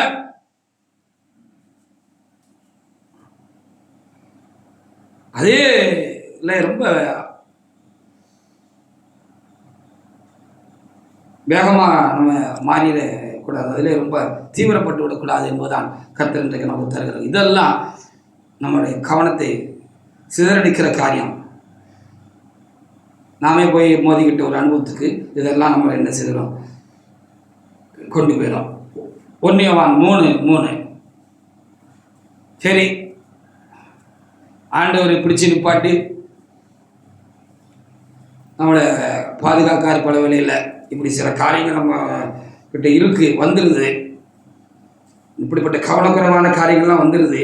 ஆனாலும் நம்ம ஈடுபட்டு நம்ம பாத்திரத்தை நம்ம உடைச்சி நமக்குள்ள இருக்கிற மேலான அந்த பொக்கிஷமாகிய அந்த ரட்சிப்பை நம்ம இறந்து போகாதபடி, கெடுத்து கொள்ளாதபடி, குறை உண்டாகாதபடிக்கு ஆண்டவர் பல வேளையில் நம்மளை பிடிச்சி நிப்பாட்டி இருக்கிறாரு. அப்படின்னா பிடிச்சி நிப்பாட்டும் போது ஒரு ஆவிக்குரிய மனுஷனுக்கு உணர்வு உண்டாகணும். உணர்வு உண்டாச்சுன்னா கொஞ்சம் ஜஸ்ட் மிஸ், கொஞ்சம் தப்பிருந்துச்சுன்னா எவ்வளோ பெரிய குறை உண்டாயிருக்கும், எவ்வளோ பெரிய குறை உண்டாயிருக்கும் அப்படிங்கிற அந்த உணர்வு நமக்குள்ளே வரணும். வந்தால் என்ன செய்வோம், தேவ சமூகத்தில் தாழ்த்தி ஆண்டவரத்தில் மன்னிப்பு கேட்போம், அறிக்கை செய்வோம். இனி இப்படி ஒன்று இப்படி ஒன்று வந்து நமக்கிட்ட ஒரு பெரிய நஷ்டம் வந்துடாதபடி காத்துக்கணுங்கிற ஒரு பயமும் உணர்வும் நமக்கு உண்டாயிருக்கிறோம். 1 யோவான் 3:3 வாசிக்கலாம். அவர் மேல் இப்படிப்பட்ட நம்பிக்கை வைத்திருக்கிறவன் எவனோ அவர் மேல் இப்படிப்பட்ட நம்பிக்கை வைத்திருக்கிற எவனும் அவர் சுத்தமுள்ளவனாய் இருக்கிறது போல அவர் சுத்தமுள்ளவனா இருக்கிற போல. தன்னை சுத்திகரித்துக் கொண்டு ஆமா, அவர் சுத்தமா இருக்க மாதிரி நம்மளால சுத்தமா இருக்க முடியல. போதிக்கிறோம், கேட்கிறோம், எல்லாம் செய்யறோம். ஆனால் சில வேளைகள்ல மீறுதலுக்கு உட்பட்டு விடுகிறோம். கவனக்குறைவுகள் நம்முடைய வாழ்க்கையில உண்டாகி விடுகிறது. நாம் பலவீனமான பாத்திரம் என்பதை மறந்து நாம் ஏதாவது ஏழக்கூடமா ஏதாவது செஞ்சிடறோம். ஆனால் இப்போ உடைபட்டிருக்கணும், நஷ்டப்பட்டிருக்கணும். ஆனா இப்போ நம்ம அப்படி கர்த்தர் பிடிச்சி நிப்பாட்டி இடிச்சுக்கிடாதபடிக்கு நஷ்டப்பட்டு போகாதபடிக்கு நம்ம காத்திருக்கிறாருன்னு வச்சுக்கோங்களேன். அப்போ இந்த உணர்வு நமக்கு பிடிச்சி நிப்பாட்டி ஆண்டவர் நிப்பாட்டி இருக்காரு, இல்லைன்னா அப்போ விழுந்து உடஞ்சிருப்போம் அப்படின்னு நமக்கு தெரியுது. அப்போ உணர்வு அடைந்து நாம் என்ன செய்ய வேண்டும்? தேவ சமூகத்தில் நாம் அவர்கிட்ட மன்னிப்பு கேட்டு அறிக்கை செய்ய வேண்டிய காரியங்கள், சரி செய்ய வேண்டிய காரியங்களை சரி செய்து கொள்ளணும். அப்படி இதுலேயும் கவனக்குறைவாக நம்ம இருந்துடக்கூடாது. பிறகு செஞ்சுக்கலாம், அப்போ செஞ்சுக்கலாம் அப்படின்னா அடுத்தால பிடிச்சி இறைவன் நிப்பாட்டுற அனுபவமும் கைவிட்டு போயிடும். சில நேரத்தில் அப்படி தான் பலர் தங்களுடைய பாத்திரங்களை உடைத்து கொண்டார்கள், தங்களை ரட்சிப்பை கெடுத்து கொண்டார்கள். தமக்குள்ள இருந்தால் மேலான ஆவிக்குரிய ஆசீர்வாதங்களை, பொக்கிஷங்களை துளைத்து போட்டார்கள். காணாமல் போய்விட்டது.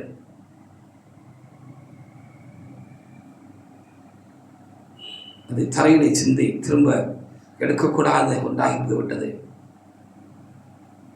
அப்படி நம்ம இருக்கக்கூடாது. இதெல்லாம் இப்படி ஒரு காரியம் நம்மளா இடிச்சுக்கிற அனுபவம், கெடுத்துக்கிற அனுபவம், நம்மளே கெடுத்துக்கிற அனுபவம், உணர்வில்லாத காரியங்கள். லூக்கா 22:32 எடுத்து வாசிங்க. அவர் சாத்தானும் சில காரியங்களை கொண்டு இது பிளவினமான பாத்திரம் நம்ம அறிஞ்சிருக்கிற அப்படின்னால சில காரியங்களை கொண்டு கல்லெறிகிற போல இந்த உடையிற இந்த மண்பாண்டத்து மேலே ஏதாவது தூக்கி வீசுவான். கவனமாக இருந்து விலகி தப்பிக்கணும். அப்போ இதுக்கு கவனம் வேணும். நாமளே உடைச்சிக்கிற அனுபவம் இருக்கு, சாத்தானும் கல்லெறிகிற அனுபவம் இருக்கு. இந்த பாத்திரம் பலவீனமான பாத்திரம், இது ஒரு மண்பாண்டம். இதுல நல்ல ஒரு பெரிய கல்லை தூக்கி வீசினோம்னா பட்டுச்சுன்னா கொட்டது போயிடும் அப்படின்னு சாத்தானுக்கும் எதை கொண்டு எந்த கல்லை கொண்டு எரிஞ்சா இந்த பாத்திரம் உடையும், எதுல இவன் பலவீனமா இருக்கா, எதை கொண்டு இவனை பலவீனப்படுத்தலாம் அப்படின்னு அதுக்கு தெரியும். அப்போ இதுக்கு கவனமா இருக்கணும், நமக்குள்ளேயும் கவனமா இருக்கணும், சாத்தானுக்கும் கவனமா இருக்கணும். எதிராளி ஒருத்தன் இருக்கான், எப்படியாவது உடைச்சி அதை ஒன்றும் இல்லாமல் ஆக்கிடணும் இந்த பாத்திரத்தை அப்படின்னு சொல்லி அதுக்குள்ள இருக்கிற ஆசீர்வாதத்தை கருத்துன்னு சொல்லி வாசிங்க. லூக்கா 22:32. நானும் உன் விசுவாசம் ஒழிந்து போகாதபடிக்கு உனக்காக நான் வேண்டிக் கொண்டேன் என்று நீ குணப்பட்ட பின்பு உன் சகோதரரை சிறப்படுத்தேன். ஆமா, நானும் உன் விசுவாசம் ஒழிந்து போகாதபடி உனக்காக நான் என்ன செஞ்சேன், வேண்டிக் கொண்டேன்னு அங்கே எழுதப்பட்டிருக்கிறது. நாம் இதுவரைக்கும் விசுவாசிக்கிற காரியத்தை விசுவாசிக்க கூடாதபடிக்கு சாத்தான் விசுவாசத்துக்கு எதிரடியான காரியங்களை கொண்டு வருவான். இது ஒரு பெரிய மோசமான பாறாங்கல். சின்ன கல்லுக்கே இந்த சரீரம் இந்த உடையிற பாத்திரம் உடைந்து மேலான ஆசீர்வாதங்களை இல்லாமல் ஆக்கிவிட முடியும் என்று சொன்னால் இது ஒரு பெரிய பாறாங்கல்னு சொல்லலாம். அவிசுவாசம். இதுவரைக்கும் நானும் நீங்களும் விசுவாசித்த காரியங்களை விசுவாசிக்க கூடாதபடிக்கு விசுவாசிக்கிற காரியங்களுக்கு எதிரடியான காரியங்களை சாத்தான் நமக்குள்ள கொண்டு வர்றதுக்கு அவிசுவாசங்கிற பாறாங்களை தூக்கி இந்த லேசில் உடைஞ்சு போற இந்த பலவீனமான பாத்திரத்து மேலே வீசிக்கிட்டே இருப்பான். ரொம்ப கவனமாக இருந்து விலகி காத்துக்கிடணும். தேவனை விசுவாசித்தோம், சபையை விசுவாசித்தோம், சபையிலே தேவன் கர்த்தர் வைத்திருக்கிறான உபதேச சட்டத்திட்டங்களையும் காரியங்களையும் நாம் விசுவாசித்தோம். இங்கே இருக்கிற ஒரு சிலருக்கு விசேஷமாக சொல்கிறது என்று சொன்னால் கர்த்தருடைய சேனையும் விசுவாசிக்கிறோம். தேவன் இதை திரும்பவும் சபை எழுப்பி கட்டும்படியாக இந்த சேனையை எழுப்பி இருக்கிறார் என்று எஞ்சியிருக்கிற சிலராகி நாமும் விசுவாசிக்கிறோம். இப்படிப்பட்ட காரியங்களுக்கு மாறா விரோதமா அவைகளை சந்தேகப்படும்படியாக சாத்தான் என்ன செய்வான்? பல காரியங்களை கொண்டு வருவான். வேதவசனத்துக்கு மாறான காரியங்களை கொண்டு வருவான். நேற்று வரைக்கும் சரின்னு சொன்ன ஒப்பிக்கொண்ட சத்தியங்களை சரியில்லைன்னு சொல்லுவான். அது இடங்களான காரியம்னு சொல்லுவான். இப்படி பல காரியங்களை கொண்டு வருவான். நீண்ட நாள் விசுவாசிகள் கூட சாத்தா வேதம் ஓதுறான்னு ஒரு பழமொழி இருக்கிற மாதிரி திரும்ப இந்த எழுதப்பட்ட சத்தியத்துக்கு விரோதமாக யாராவது மனிதர்கள் மூலமாக மனித உருவத்தில் வந்து இதெல்லாம் தேவையில்லை அப்படின்னு நேரடியாக உள்ள மனிதர்கள் மூலமாக நம்ம காதுல வந்து அவன் ஓதுவான். நம்ம மனசை கெடுக்கிறதுக்கு சொல்லுவான். பெரிய பரிசுத்தவான் என்று எண்ணப்பட்ட ஒரு தேவட்ட மனுஷன் கடந்த காலங்களில் அவர் இப்படி சொல்லுகிற பொழுது எனக்கு ஒரு நினைவு வருகிறது. ஒரு ஊழியர் கூட்டமாக நாங்கள் கூடியிருந்தோம். ஊழியர் கூட்டமாக நாம் கூடியிருந்தோம். ஒரு சின்ன மினி ஊழியர் மாநாடாக ஒரு 10, 30, 40 பேர் ஒரு இடத்துல நாங்கள் திருச்சி என்று நினைக்கிறேன் கூடியிருந்தோம். தலைவர் எனப்படுகிற ஸ்தானத்தில் உள்ளவங்க இவங்கெல்லாம். அப்போ என்ன சொன்னாங்க அப்படின்னு சொல்லி பார்க்குற பொழுது, நகை போடக்கூடாதுங்கிற ஒரு கட்டாயமான ஒரு காரியம் நம்ம சொல்ல முடியுமா அப்படின்னு ஒரு கேள்வி எழுப்பினார் அந்த மனுஷன். பார்த்தீங்களா? இதான் சாத்தா வேதம் ஓதுகிற காரியம்.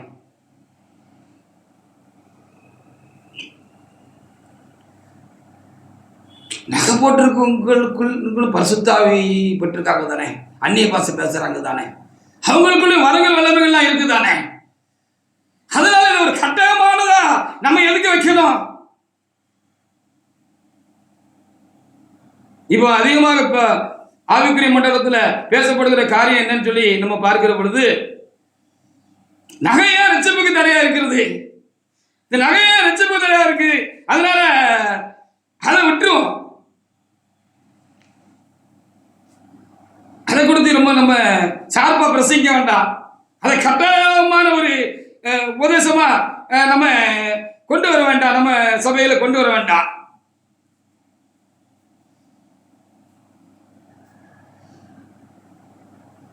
வேதம் சீசராக்கி ஞானஸ்தானம் கொடுக்க வேண்டும் என்று சொல்லுகிறது. சீசன் என்று சொன்னால் குருவுடைய எல்லா உபதேசங்களையும் மனப்பூர்வமாக ஏற்றுக்கொண்டு அதற்கு முற்றிலும் தன்னை கையளிக்கிறவன் தான் சீசன். அப்போ வேதத்தில் புதிய ஏற்பாட்டில் 2 அப்போஸ்தலர்கள் தெளிவாக திட்டமாக இவைகளை குறித்து கூடாது என்று விசுவாசிகள் இவைகளுக்கு விலக்கி தங்களை காத்துக்கொள்ள வேண்டும், தங்களை அலங்கரித்துக் கொள்ள வேண்டும் என்று சொல்லி தெளிவாக அங்கே எழுதி கொடுக்கப்பட்டிருக்கிறது. சாத்தானுக்கு தெரியும்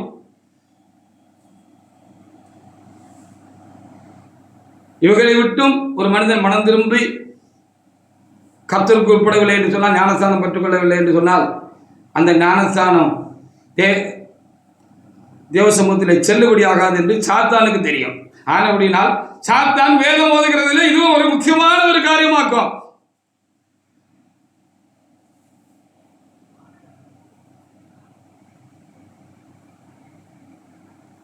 செத்தவனுக்கு தான் ஞானஸ்தானம் கொடுக்கணும்.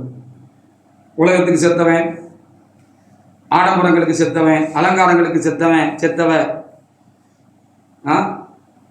சுயத்துக்கு செத்தவன், வேதத்தில் எழுதப்பட்டிருக்கிற காரியங்களுக்கு கூடாது என்று சொல்கிற எல்லா காரியங்களுக்கும் செத்தவனை தான் அடக்கம் பண்ணணும், ஞானஸ்தானம் கொடுக்கணும். அப்போ அந்த ஒளிரவ நாட்டில் அப்படி சில காரியங்களை அவர் கதைச்சார். இப்படி வேதத்துக்கு மாறாக எந்த ஒரு காரியம் சொல்லப்பட்டாலும் அதை ஏற்றுக்கொள்ளக்கூடிய ஒன்று அல்ல. இது நாம் நம்பி விசுவாசித்து இதுவரைக்கும்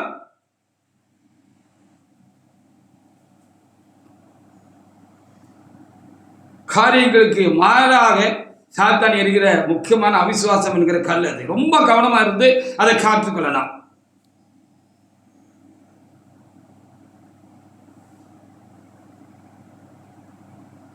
அதுக்காக நாம் ஆண்டவரை நாம் சோத்திருப்போமா? இப்போ நம்ம சபையிலேயே இது சரின்னு கற்றுக்கொண்டவங்களாம் திரும்ப திரும்ப பலரும் வாதிக்கிறாங்களா என்னன்னு தெரியல. அதனால என்ன, அது ஒன்றும் தப்பு இல்லை தானே அப்படின்னு பேச ஆரம்பித்திருக்கிறாங்கன்னு சொல்லி கேள்விப்படுகிறேன். ஆமாம்,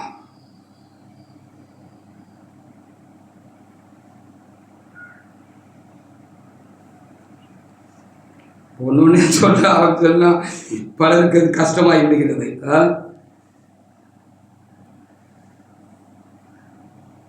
பெரியவங்கன்னு சொல்லிக்கிற சிலர்லாம் பெரியவங்கிட்ட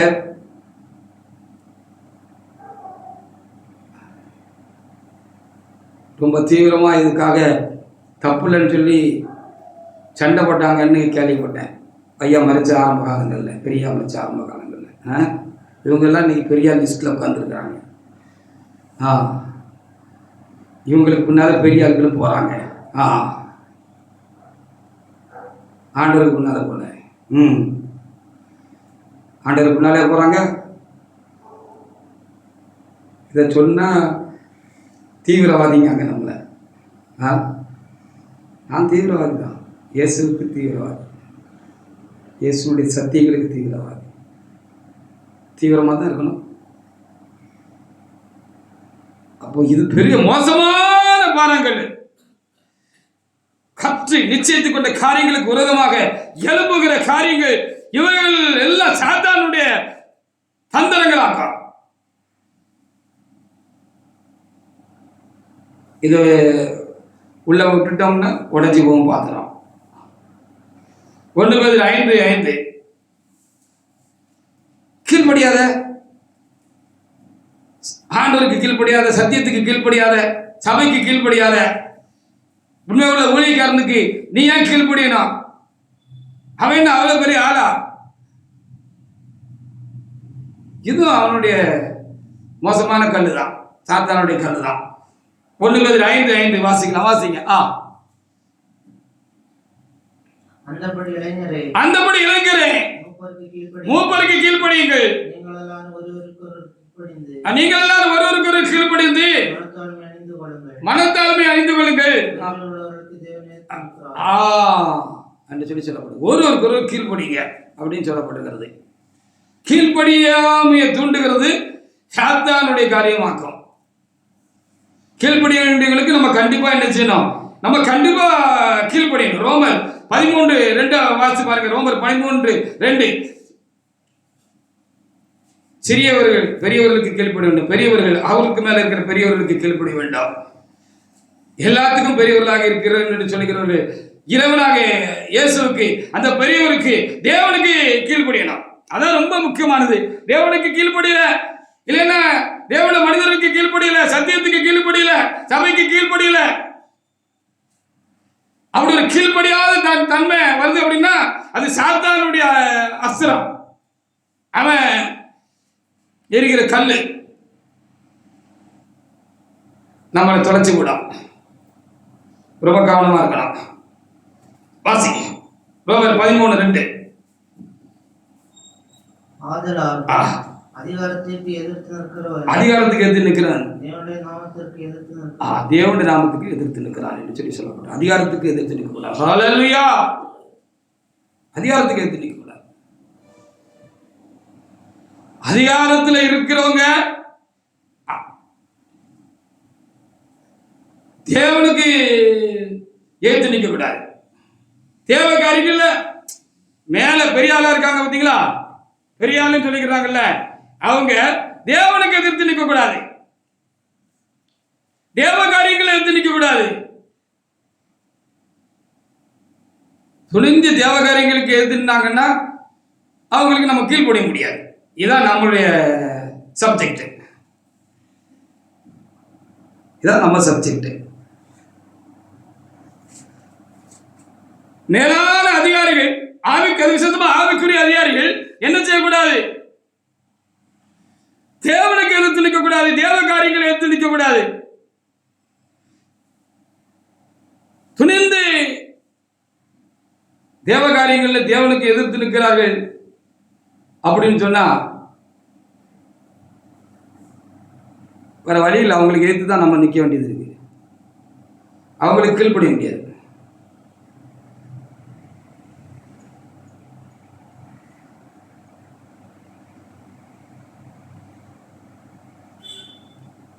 தனிப்பட்ட காரியங்கள் அதிகாரிகளிடத்திலே சின்ன சின்ன குறைபாடுகள் இருக்கலாம், குணக்கேடுகள் இருக்கலாம், சின்ன சின்ன காரியங்கள் இருக்கலாம்.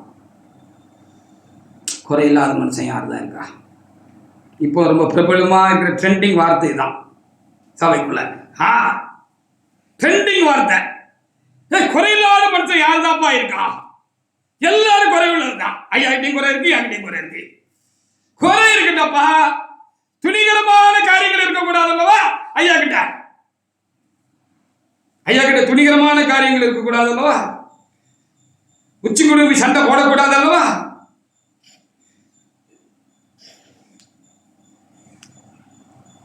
துணிஞ்சு பின்னால போய் சமாதானமா போய்கிட்டு இருக்கணும், மூச்சுக்கு போற தள்ளக்கூடாது அல்லவா?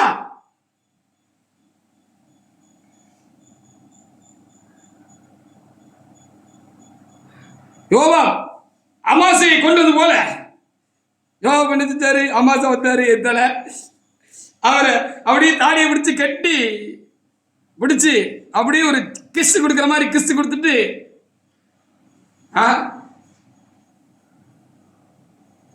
என்ன செய்யறது? இப்ப நான் செய்தி சூடு பிடிக்கி அது என்னுடையதான் இறைவனுடையதான் எனக்கு நான் இப்ப சொல்ல விரும்பவில்லை. கிஸ் கொடுத்துட்டு அவர் யோவாவுடைய பட்டயத்துக்கு கவனக்குறைவா இருக்கிற பொழுது சரட்டுன்னு சொல்லிவிட்டார். யோவா அமாசை ஒரு சொருவு சரக்கு, அவ்வளவுதான், செத்த அமாசை. இப்படியா? இப்படிப்பட்ட காரியங்கள்லாம் செஞ்சா இதெல்லாம் குறையுள்ள மனிதர்கள். இதெல்லாம் குறை இல்லை, பெரும் குற்றங்கள். தேவன மனிதர்கள் இதெல்லாம் காணலாமா? இதெல்லாம் காணப்பட்டா இன்னைக்கு அவங்க தேவன மனிதர்களா?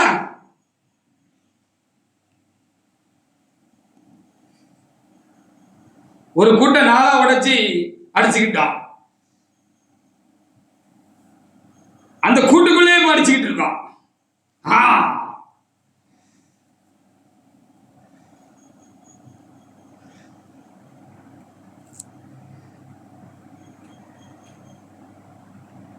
கூட்டுக்குள்ளே அடிச்சுக்கிட்டு இருக்கோம். நாளா உடைச்சி ஒரு கூட்டுக்குள்ளே இருக்கிறவங்களே கூட்டுக்குள்ளே உடைச்சு அடிச்சுக்கிட்டு இருக்கான். ஒரு இடத்துல ஒரு உலக அதிகாரி கேட்டிருக்கான், நம்ம அடிப்படை சண்டைக்கு நடுவராக இருந்தவர் அவர் தீர்ப்பாளியாக இருந்தவர். அவர் அங்கிட்டு போனோம்னா இங்கிட்டு சொன்னதாக எனக்கு ஒரு செய்தி வந்துச்சு. இவங்கெல்லாம் தேவனுடைய ஊழியத்தை சில ஊழியக்காரங்களாப்பா, பாவிகளா அப்படின்னு சொன்னானா. இப்படி சொல்ற மாதிரி ஊருக்குள்ள வம்பு தும்பு அடிப்புடி தகராறு எல்லாம் செய்வீங்க.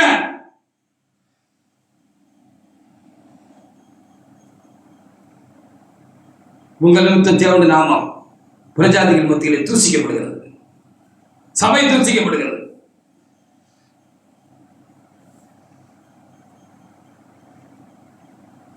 மன்னிக்க சித்தம் இல்லாத ஆட்கள் யாரு? ஆண்டவர் மத்தியஸ்தரா வச்சு கேட்டாலும் தெரியும் மன்னிக்க யார் சித்தம் இல்லாம இருக்காங்க அப்படின்னு. மன்னிக்க யார் சித்தம் இல்லாம இருக்காரு? ஆண்டவர் மத்தியஸ்தரா வச்சு கேட்கணும்.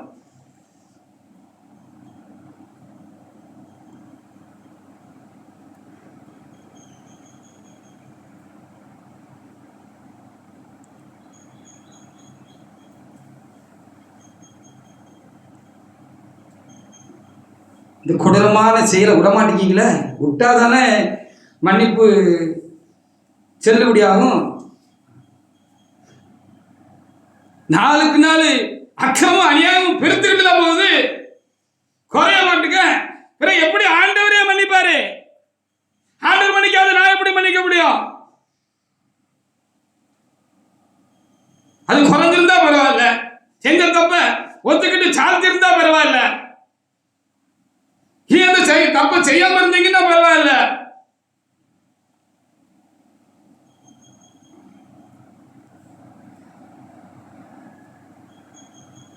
1:13.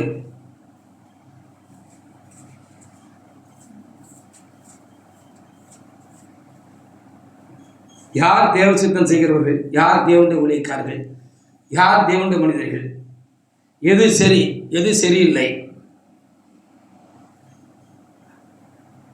யார்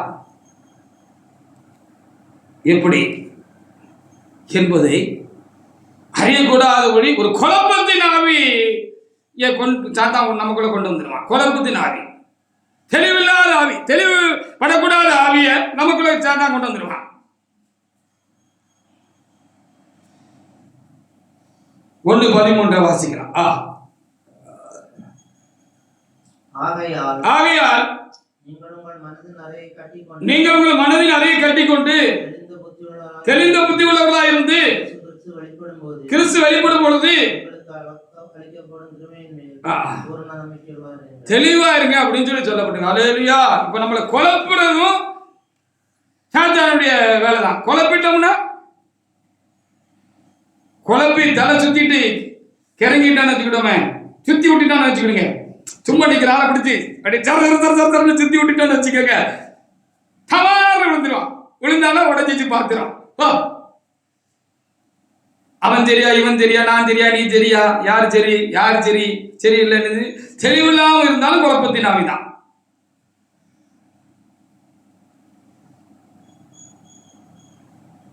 அவரு பரிசுத்தவான். அவரு என்ன வேணாலும் பண்ணுவாரு. நம்ம அதை பார்க்க கூடாது, ஒண்ணு கேட்கவும் கூடாது.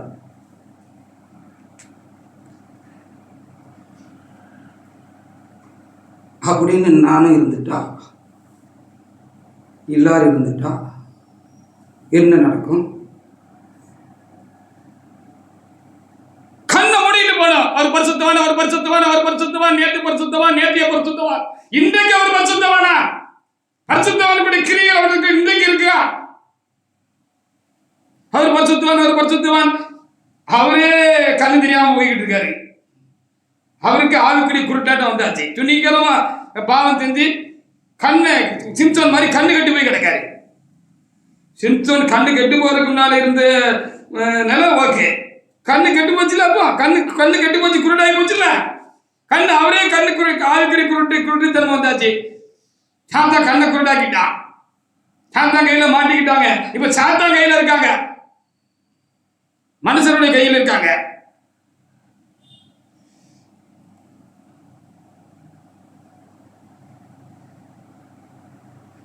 ஐயா இது இப்படி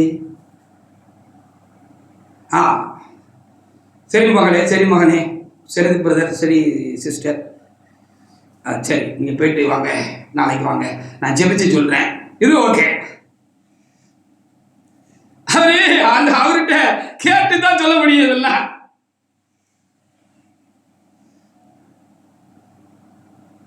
இதுக்கு என்ன செய்யணும்னு சொல்லி அவர்கிட்ட கேட்டு தான் சொல்லணும், இவர்கிட்ட கமிட்டியில் கேட்டு தான் சொல்லணும். ஏன் கமிட்டியில் உள்ளவங்களால ஆண்டவர்கிட்ட கேட்டு சொல்லுவாங்கன்னா அவங்க கேட்க சொல்ல மாட்டாங்க.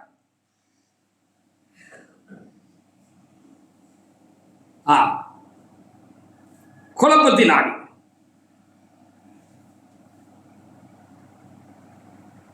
அப்ப என்ன நடக்கும்?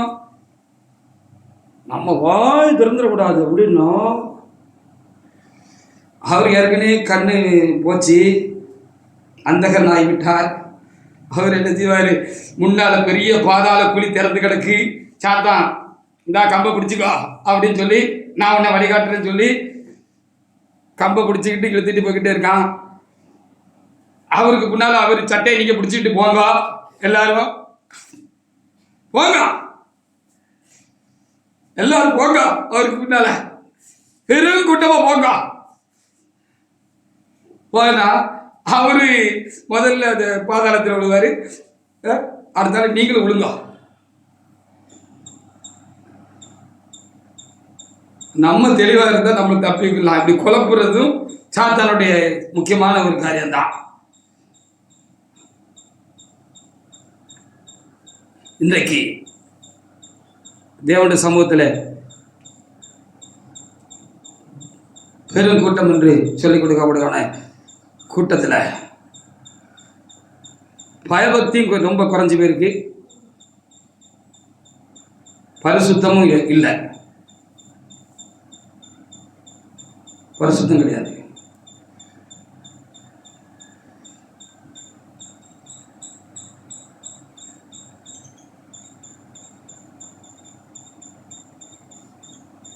அது ரொம்ப வருத்தமான ஒரு காரியமாக இருக்கிறது.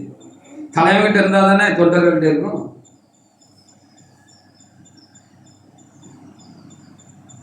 சோதராண்டவரே சோதராண்டவரே சோதராண்டவரே சோதராமாண்டவரே சோதராண்டவரே, இவனை எப்படி தள்ளி விடலாம் ஆண்டவரே, சோதராமாண்டவரே சோதராண்டவரே சோதராண்டவரே, குப்புற தள்ளவா மல்லாக்க தள்ளவா, எப்படி தள்ளலாம் ஆண்டவரே சோதராண்டவரே சோதராண்டவரேன்னு தலைவனே இருந்தா தொண்டர்கள் அதை விட மோசமாக தான் இருப்பாங்க.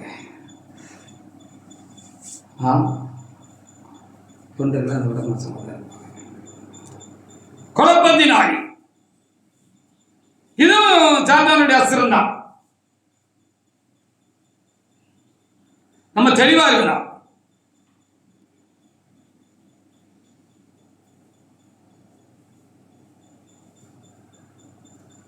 நம்ம பிரயோஜனத்துக்காக நம்ம எத்தனையோ நல்ல சாதனங்கள் நம்ம வீடுகளில் உபயோகம் பண்ணுறோம்.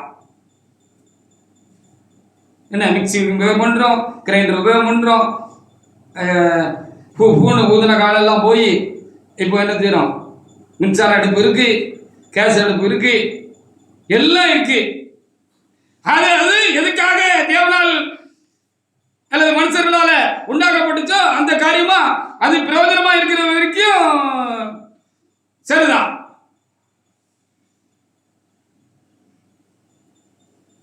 மிக்சியில தேங்காய் போட்டு நீங்க அரைக்க போறீங்க, அரைச்சிக்கிட்டு இருக்கீங்க, கிர்ன்னு அரைச்சிட்டு இருக்கீங்க, திறந்து சரியா அது அரைச்சிட்டான்னு பாப்போன்னு கையை விடுறீங்கன்னு வச்சுக்கோங்களேன், அது தன்னால டிர்ன்னு சுத்தி கையை வெட்டி விட்டு கையை 2 துண்டா வெட்டிட்டுன்னு வச்சுக்கிடுவான். அது படைக்கப்பட்டு அது எதுக்காக உருவாக்கப்பட்ட அந்த நோக்கம் அங்கே கெட்டு போயிட்டு இல்ல.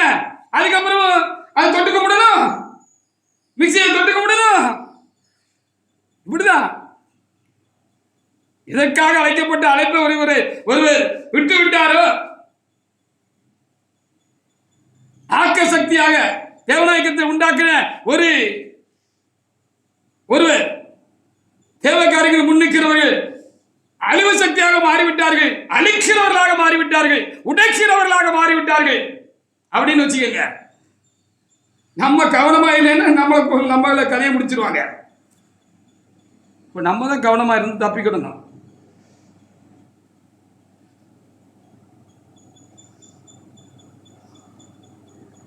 ரோமர் 11:18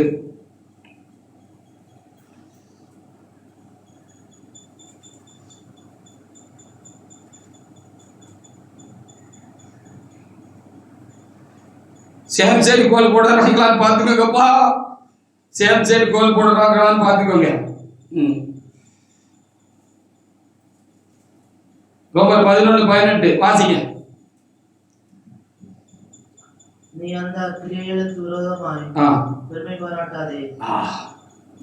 நீ அந்த கிரியைகள் கூட பெருமை பாராட்டாதே. பெருமை பாராட்டினால் அப்படின்னு அடுத்த வசனம் இருக்கா?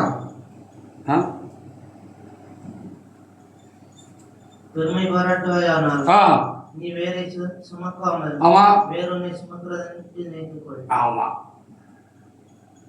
எல்லாத்துக்கும் ஆதி காரணம் மூல காரணம் நம்ம ஆண்டவர் தான். நமக்குள்ள இருக்கிற நன்மைகளுக்கு ஆசீர்வாதங்களுக்கு அதை நம்ம மறந்துட்டோம்னா பெருமை, இதுவும் சாத்தா அவனுடைய கண்ணு தான். ரொம்ப கவனமா இருக்கணும், ரொம்ப ஆடிடக்கூடாது. நான் பொதுவான செய்தி தான் கொடுக்கப்பா.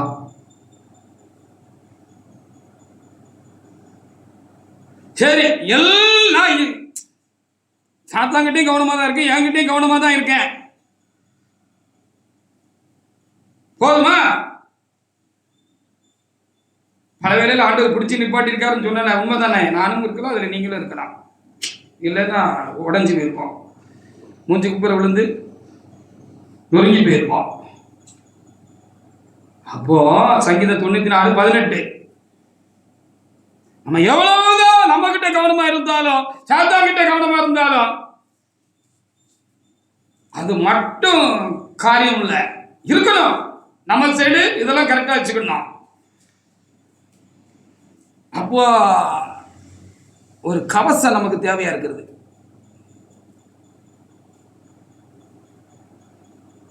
சங்கீதம் 94:18. என் கால் சறுக்கிறது என்று நான் நினைக்கும் போது, என் கால் சறுக்கிறது என்று நான் நினைக்கிற பொழுது கர்த்தர் கிருபையை தாங்குகிறது. ஆமா, அப்ப கிருபை நம்மள மூடி இருக்கணும் எல்லாத்துக்கும் மேல. ஹalleluya. நம்மளை நாமே உடைச்சுக்கிட்டாது பிடிக்கும், சாத்தான் நம்மளை உடைச்சிடாத பிடிக்கும். நம்ம எவ்வளவு கவனமா இருந்தாலும் சரி, தடுக்கி விழுந்துடாத பிடிக்கும். அசந்த நேரத்துல கல்ல விட்டுறாத பிடிக்கு, சாத்தா கல்ல விட்டு நம்முடைய மேன்மையை உடைச்சிடாத பிடிக்கு, கெடுத்துடாத பிடிக்கு, ஹெச்சிப்ப இறந்து போய்விடாத பிடிக்கு. இவைகள் எல்லாம் ஒரு பக்கத்துல நம்ம சரியா வச்சுக்கிட்டாலும், மறுபக்கத்துல நம்ம என்ன செய்யணுமா? இதான் ரொம்ப முக்கியமான காரியம் சொல்லப்படுது. கிருபையினால கிருபை நம்மளை சூழ்ந்து கொள்ளணும், கிருபை நம்மளை மூடி இருக்கணும். அதான் பெரிய கவசம்.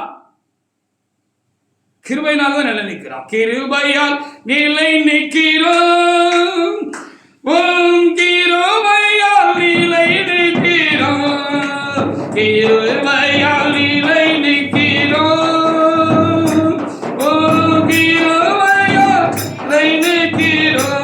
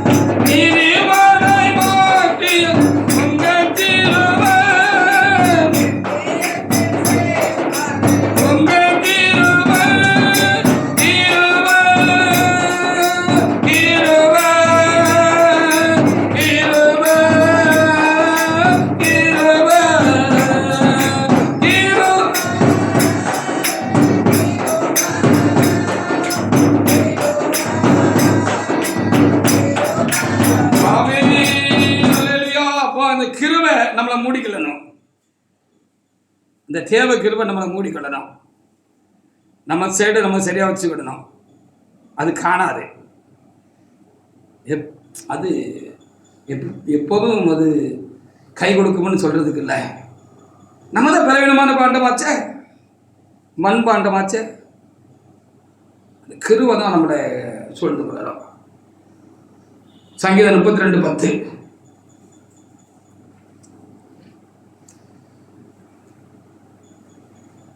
சங்கீதம் 32:10.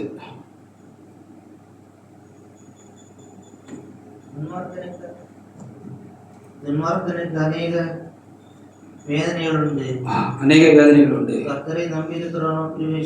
ஹல்லேலூயா. அப்பா எல்லாத்துக்கும் மேல முழுசா அவர்கிட்ட நம்ம நம்பிக்கை வைக்கணும். எல்லாம் சரிதான்ப்பா, நீ கொடுத்த புத்தினால, ஞானத்தினால, நீ கொடுத்த பலத்தினால நான் இவைகளுக்கெல்லாம் விளக்கி பக்குவமா என்ன நான் வச்சுக்கிட்டேன். சாத்தானுக்கும் ரொம்ப எச்சரிக்கையா இருக்கிறேன்ப்பா. ஆனாலும் உமது தயவு உதவியும் ரொம்ப அவசியம்ப்பா. உமது கிருபை ரொம்ப அவசியம்ப்பா. எல்லா கிருபை தான்ப்பா. நான் ரட்சிக்கப்பட்டது கிருபை, நான் இருக்கிறது கிருபை, நான் ஆசீர்வதிக்கப்பட்டது கிருபை. எனக்கு உண்டாயிருந்த எல்லாம் கிருபை, எனக்குள்ள இருக்கிறதெல்லாம் கிருபை. அந்த கிருபையை காத்துக்கொள்வதற்கு உங்களுடைய சம்பூர்ணமான கிருபை எனக்கு வேணும். கிருபையினால என்ன மூடிக்கொள்ளுங்கப்பா, சூழ்ந்து கொள்ளுங்கப்பா, மூடிக்கோங்கப்பா. அது கவசமா என்ன மூடிக்கிட்டுப்பாப்பா. நீங்க என்ன காத்துக்குங்கப்பா, அந்த கிருபையினால என்ன காத்துக்குங்கப்பா. கிருபைன்னு என்ன? லாய்க்கில்லாத ஒருவனுக்கு, ஒண்ணுக்கு உதவாத ஒருவனுக்கு கர்த்தர் கொடுத்த ஈவுன்னு பாருங்க, பாவப்பட்டு கொடுத்த ஒண்ணுதான் கிருபை. லாய்க்கானவனுக்கு இல்ல, தகுதியானவனுக்கு இல்ல, தகுதியா இல்லாதவனுக்கு, தகுதியா இல்லாதவனுக்கு ஆண்டவர் இறங்கி கொடுத்ததுதான் கிருபை, ஈவு.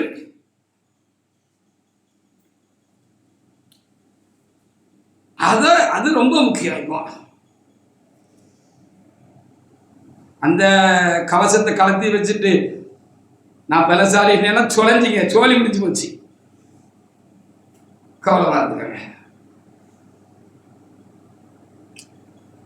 அந்த கிருபைங்கிற அந்த கவசம் வேண்டான்னு அதை தூக்கி ஒரு வாரமா வச்சிடாதீங்க. தொலைஞ்சு போயிடுவோம். உள்ளேயும் கிருபை, வெளியும் கிருபை. ஹல்லேலூயா. உள்ளேயும் கிருபை, வெளியும் கிருபை. உள்ளேயும் இருக்கிற எல்லா கிருபை, லட்சப்ப கிருபை, நான் சொன்னது போல எல்லா கிருபை. வெளியிலேயும் அந்த கிருபை நம்மளை மூடிக்கிடணும். உள்ள இருக்கிற அந்த கிருபையை, அந்த ஆசீர்வாதத்தை நம்ம இழந்து போகக்கூடாது அப்படின்னு சொன்னா வெளியே கிருபை நம்மளை மூடிக்கிட்டே இருக்கணும். எப்பவும் அந்த கவசம் நம்மளை மூடி இருக்கணும். இந்த கிருபைங்கிற கவசம் நம்ம மூடி இருக்கணும். யோனா 2:8 அது வேண்டான்னு நினைச்சிடாதீங்க. அது ரொம்ப முக்கியம். உள்ள இருக்கிற கிருபையான காரியங்களை பாதுகாப்பதற்கு நம்ம கிருபை மூடிக்கொள்ளுகிறது ரொம்ப முக்கியமான காரியம்.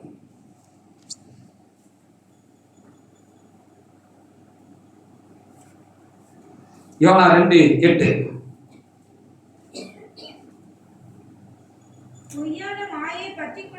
பொய்யான மாயை பற்றிக் கொள்கிறவர்கள்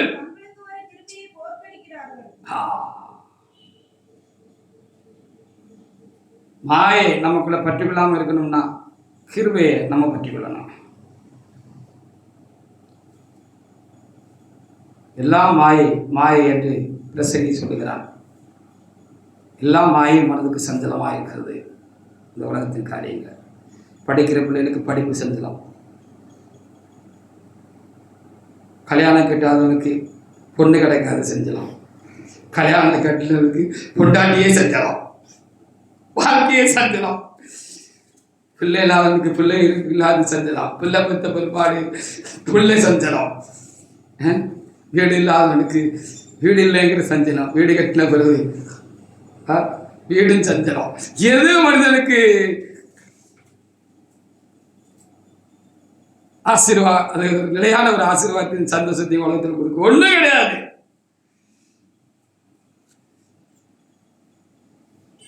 விசுவாசியா இருக்கும்போது ஊழியக்காரன் ஆகணும்னு சஞ்சலம்.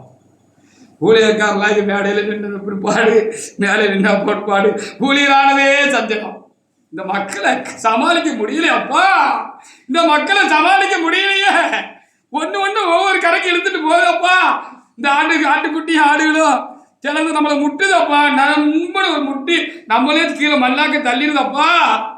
சஞ்சலம் தானே, சஞ்சலம் தானே. படிக்கலைனாலும் சஞ்சலம்.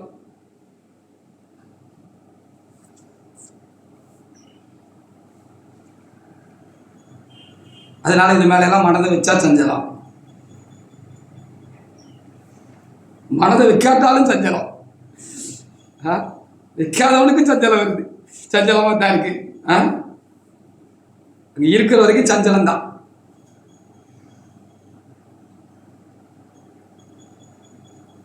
அந்த பரலோகத்துக்கு போனாதான் சஞ்சலம் இல்லை. அப்போ அந்த கவசத்தை நம்ம போக்கடிச்சிடக்கூடாது, அதை அசால்ட்டு பண்ணிடக்கூடாது. அப்போ அந்த கிருபைக்கு தேவன சமூகத்தில் காத்திருக்கணும். சங்கீதம் 40:11, இன்னொரு 147:11 எடுக்கலாம். சங்கீதம் 40:11, 147:11.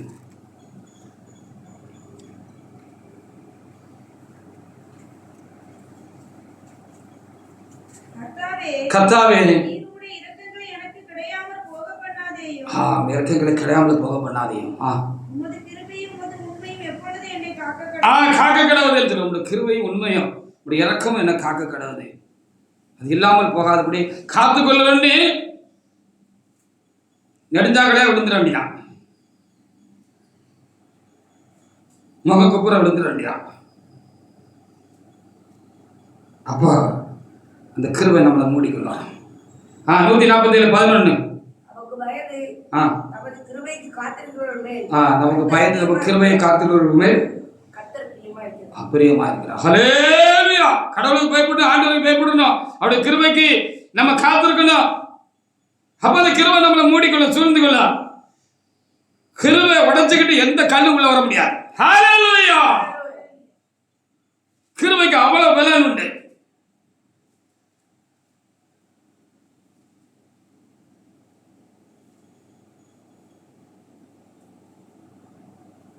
யாக்கோபு 4:6. அப்போ இந்த கிருபை எங்க தங்கும்?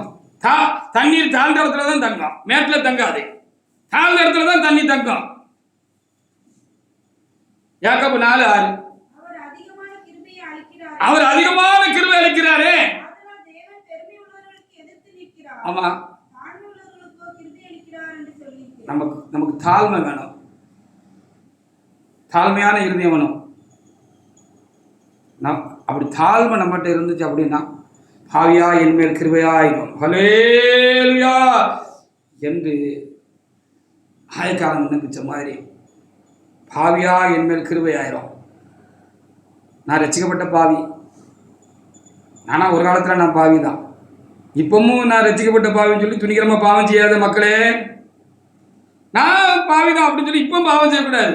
ஒரு காலத்தில் நான் பாவி தான், நான் ரட்சிக்கப்பட்ட பாவி அப்படின்னு சொல்லிட்டு என்ன செய்யணும்? பாவியா என் மேல் கிருபையாயிரும்னு விழுந்துட வேண்டியதான். ஹல்லேலூயா.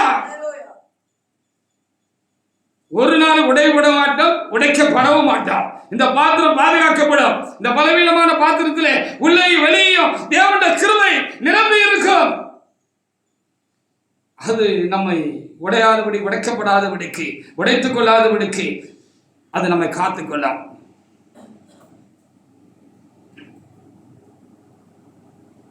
ஒன்று பேதுரு 5:6 வாசித்து முடிக்கலாம்.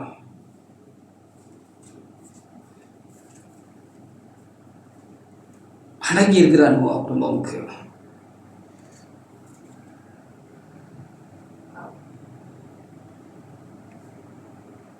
ஒன்று பேதுரு 5:6.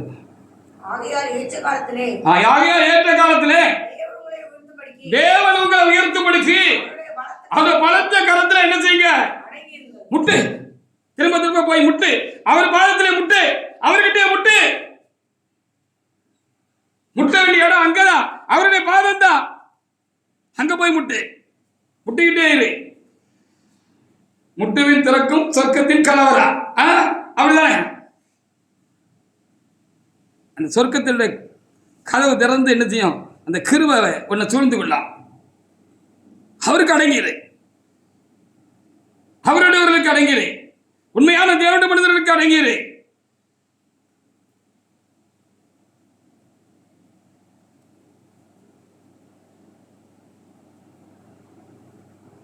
உண்மையான தேவனுடைய மனுஷனை எப்படிப்பா தெரியுது? சுத்தி சுத்தி அங்கதானே வருது. நான் என்ன பண்ணட்டும்? நான் என்னப்பா பண்ணட்டும்? நான் சும்மா இருந்தாலும் உள்ள இருக்கிறவர் சும்மா இருக்க விட மாட்டேங்காரு. நான் வேண்டாம்னாலும் அவர் கேட்க மாட்டேங்காரு. நான் என்ன பண்ணட்டும்? எப்படி அப்பா கண்டுபிடிக்கிறது? அதனது கதினால் அதனை அறியலாம்னு சொல்லியிருக்காங்க. அப்படிதானே? அதனது கனியினால் அதை அறியலாம் சொல்லியிருக்காரு. அத்திப்பழம் முள் செடிகளை தராது, முள் செடி திராட்சை கனிகளை தராது அப்படின்னு சொல்லியிருக்கு. அப்போ உண்மையான தேவனுடைய மனுஷங்களை எப்படி காணுறதுன்னா அவங்க கிரிகளை வச்சு காணலாம். ஹல்லேலூயா.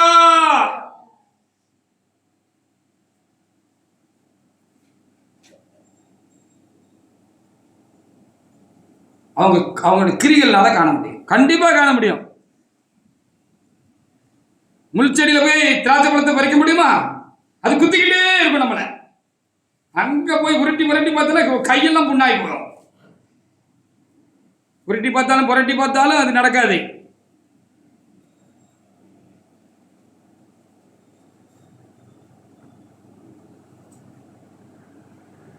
சத்தியத்துக்கு அனுகூலமாக தான் எதையும் செய்வாங்க. நல்ல பரிசுத்தவான்கள், உண்மை உள்ள பரிசுத்தவான்கள் சத்தியத்துக்கு மாறா எதையும் செய்ய மாட்டாங்க.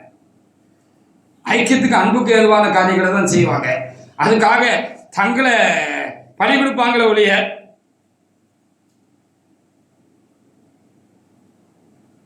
உடைவுகளுக்கு, சிதறல்களுக்கு, ஐக்கிய கேடுகளுக்கு, சமாதான கேடுகளுக்கு, சந்தோஷ கேடுகளுக்கு, ஒரு கடிச்சு பச்சிக்கிறதுக்கு அவங்க முன்னால நிற்க மாட்டாங்க.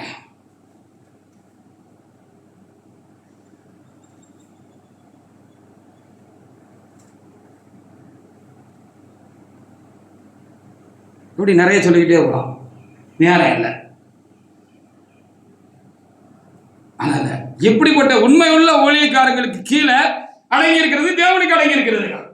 தேவனுக்கு அடங்கி இருக்கணும். தேவனுடைய உண்மை உள்ள ஊழியக்காரங்களுக்கு நம்ம என்ன செய்யணும்? அடங்கி இருக்கணும்.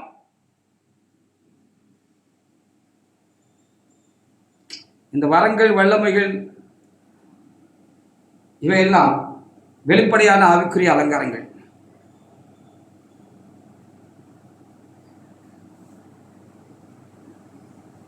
அது ஆபத்தானவைகளும் கூட. எந்த நேரத்திலும் திருடன் அதை கள்ளமிட்டு கொண்டு போய் விடுவான். அதை நாம் தொலைத்து விட முடியும்.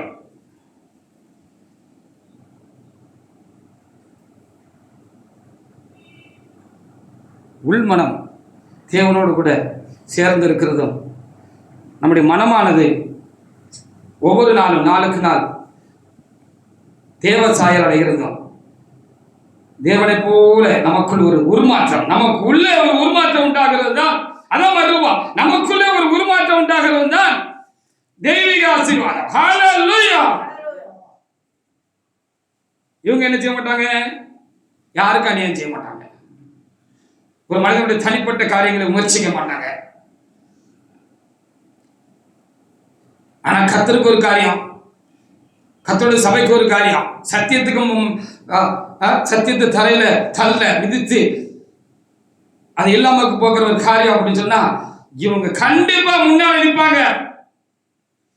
ஓடி ஒளிஞ்சுக்கிட மாட்டாங்க.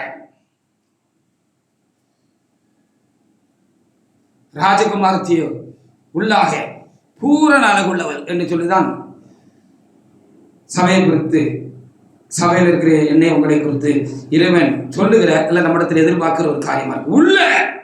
உள்ள பரிசுத்தம், உள்ள சமாதானம், உள்ள அன்பு,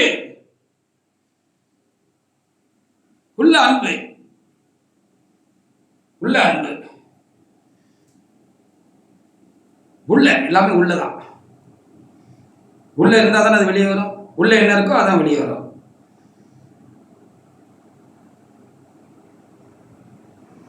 கலாத்தியர் 5:19 நம்ம தொடர்ந்து நம்ம வாசித்து பார்த்தோம் அப்படின்னு சொன்னா மாம்சத்தின் கிரியெல்லாம் என்னன்னு சொல்லப்பட்டிருக்கிறது. இதெல்லாம் ஒரு ஆள்கிட்ட இருக்கு அப்படின்னு சொன்னா அவங்க ஆவிக்குரிய தலைவர்கள் இல்லை, ஆவிக்குரியவங்களும் இல்லை. அகர பின்னால சொல்லப்பட்ட காரியம் அன்பு, சமாதானம், நீடிய சாந்தம், பொறுமை, இச்சையடக்கம் அப்படி நிறைய ஒரு பட்டியல் நீட்டிகிட்டே போகுது. அதெல்லாம் உள்ள இருந்தால் தான் வெளியே வரும். வந்தால் அவங்க தேவனுடைய மனிதர்கள், அவர்கள் தேவனுடைய பிள்ளைகள். இதுதான் அடையாளம்.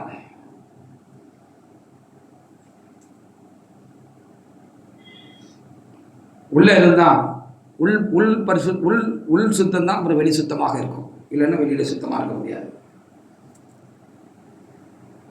பொண்ணும் மோதிரமும் கடுக்கலும் போட்ட மாதிரி பெரிய பணக்காரன் சபைக்குள்ள வந்தீங்கன்னா ஐயா சோத்திரையா, வா ஹலோ சோத்திரம், வயலேயா சோத்திரம். அவங்களுக்கு டைம் ஒதுக்கி, அவங்களுக்கு நேரம் ஒதுக்கி, அவங்கள உட்கார வச்சு மணிக்கணக்கா பேச விட்டுட்டு அங்கே ஒரு அப்புறாணி ஏழை வந்து வெளியில் அப்படி நின்று ஒரு ஆலோசனை, ஐயா சொன்னால் தான் சரியாக இருக்கும் அப்படின்னு சொல்லிட்டு வெளியிலேருந்து அப்படியே உள்ள அப்படியே தலையை காட்டி அப்படியே எட்டி பார்த்தா,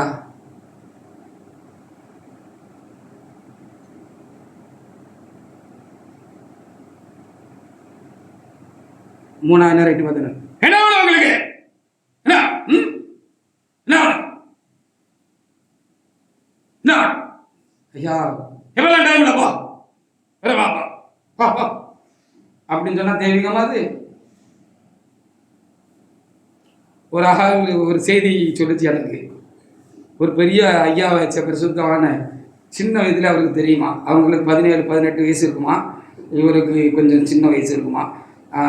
அப்போ 2 பேரும் சேர்ந்து ஆவிக்குரிய சபைக்கெல்லாம் போன காலமாக.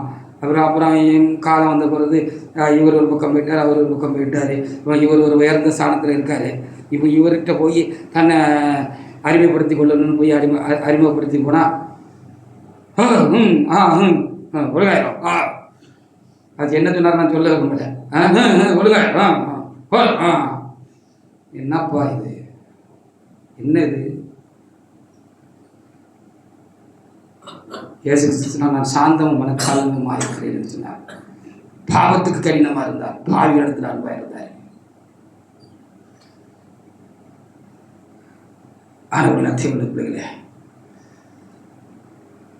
கிருபை நம்மை சொல்ந்து கொள்ளட்டும். உள்ளே கிருபை நம்மை நிரப்பி இருக்கு, கிருபை நாம் நிரம்பி இருப்போம். வெளியே கிருபை நம்மை சொல்ந்து கொள்ளட்டும், மூடிக்கொள்ளட்டும். தெரிந்த புத்தியுள்ளவர்களாக நாம் தேவன சமூகத்தில் காணப்படுவோமாக. எப்படி பார்த்தாலும் நாம் உடைப்படுகிற ஒரு மண்பாட்டத்தை போல ஒரு பலவீனமான மனிதர்களாக இருக்கிறோம். நமக்குள் ரட்சிப்பின் தேவனும் வைத்திருக்கிறோம். கவனமாக நம்மை காத்துக்கொள்வோமாக. கர்த்தர் இந்த வார்த்தைகளை நமக்கு ஆசீர்வதித்து தருவாராக. ஆமென்.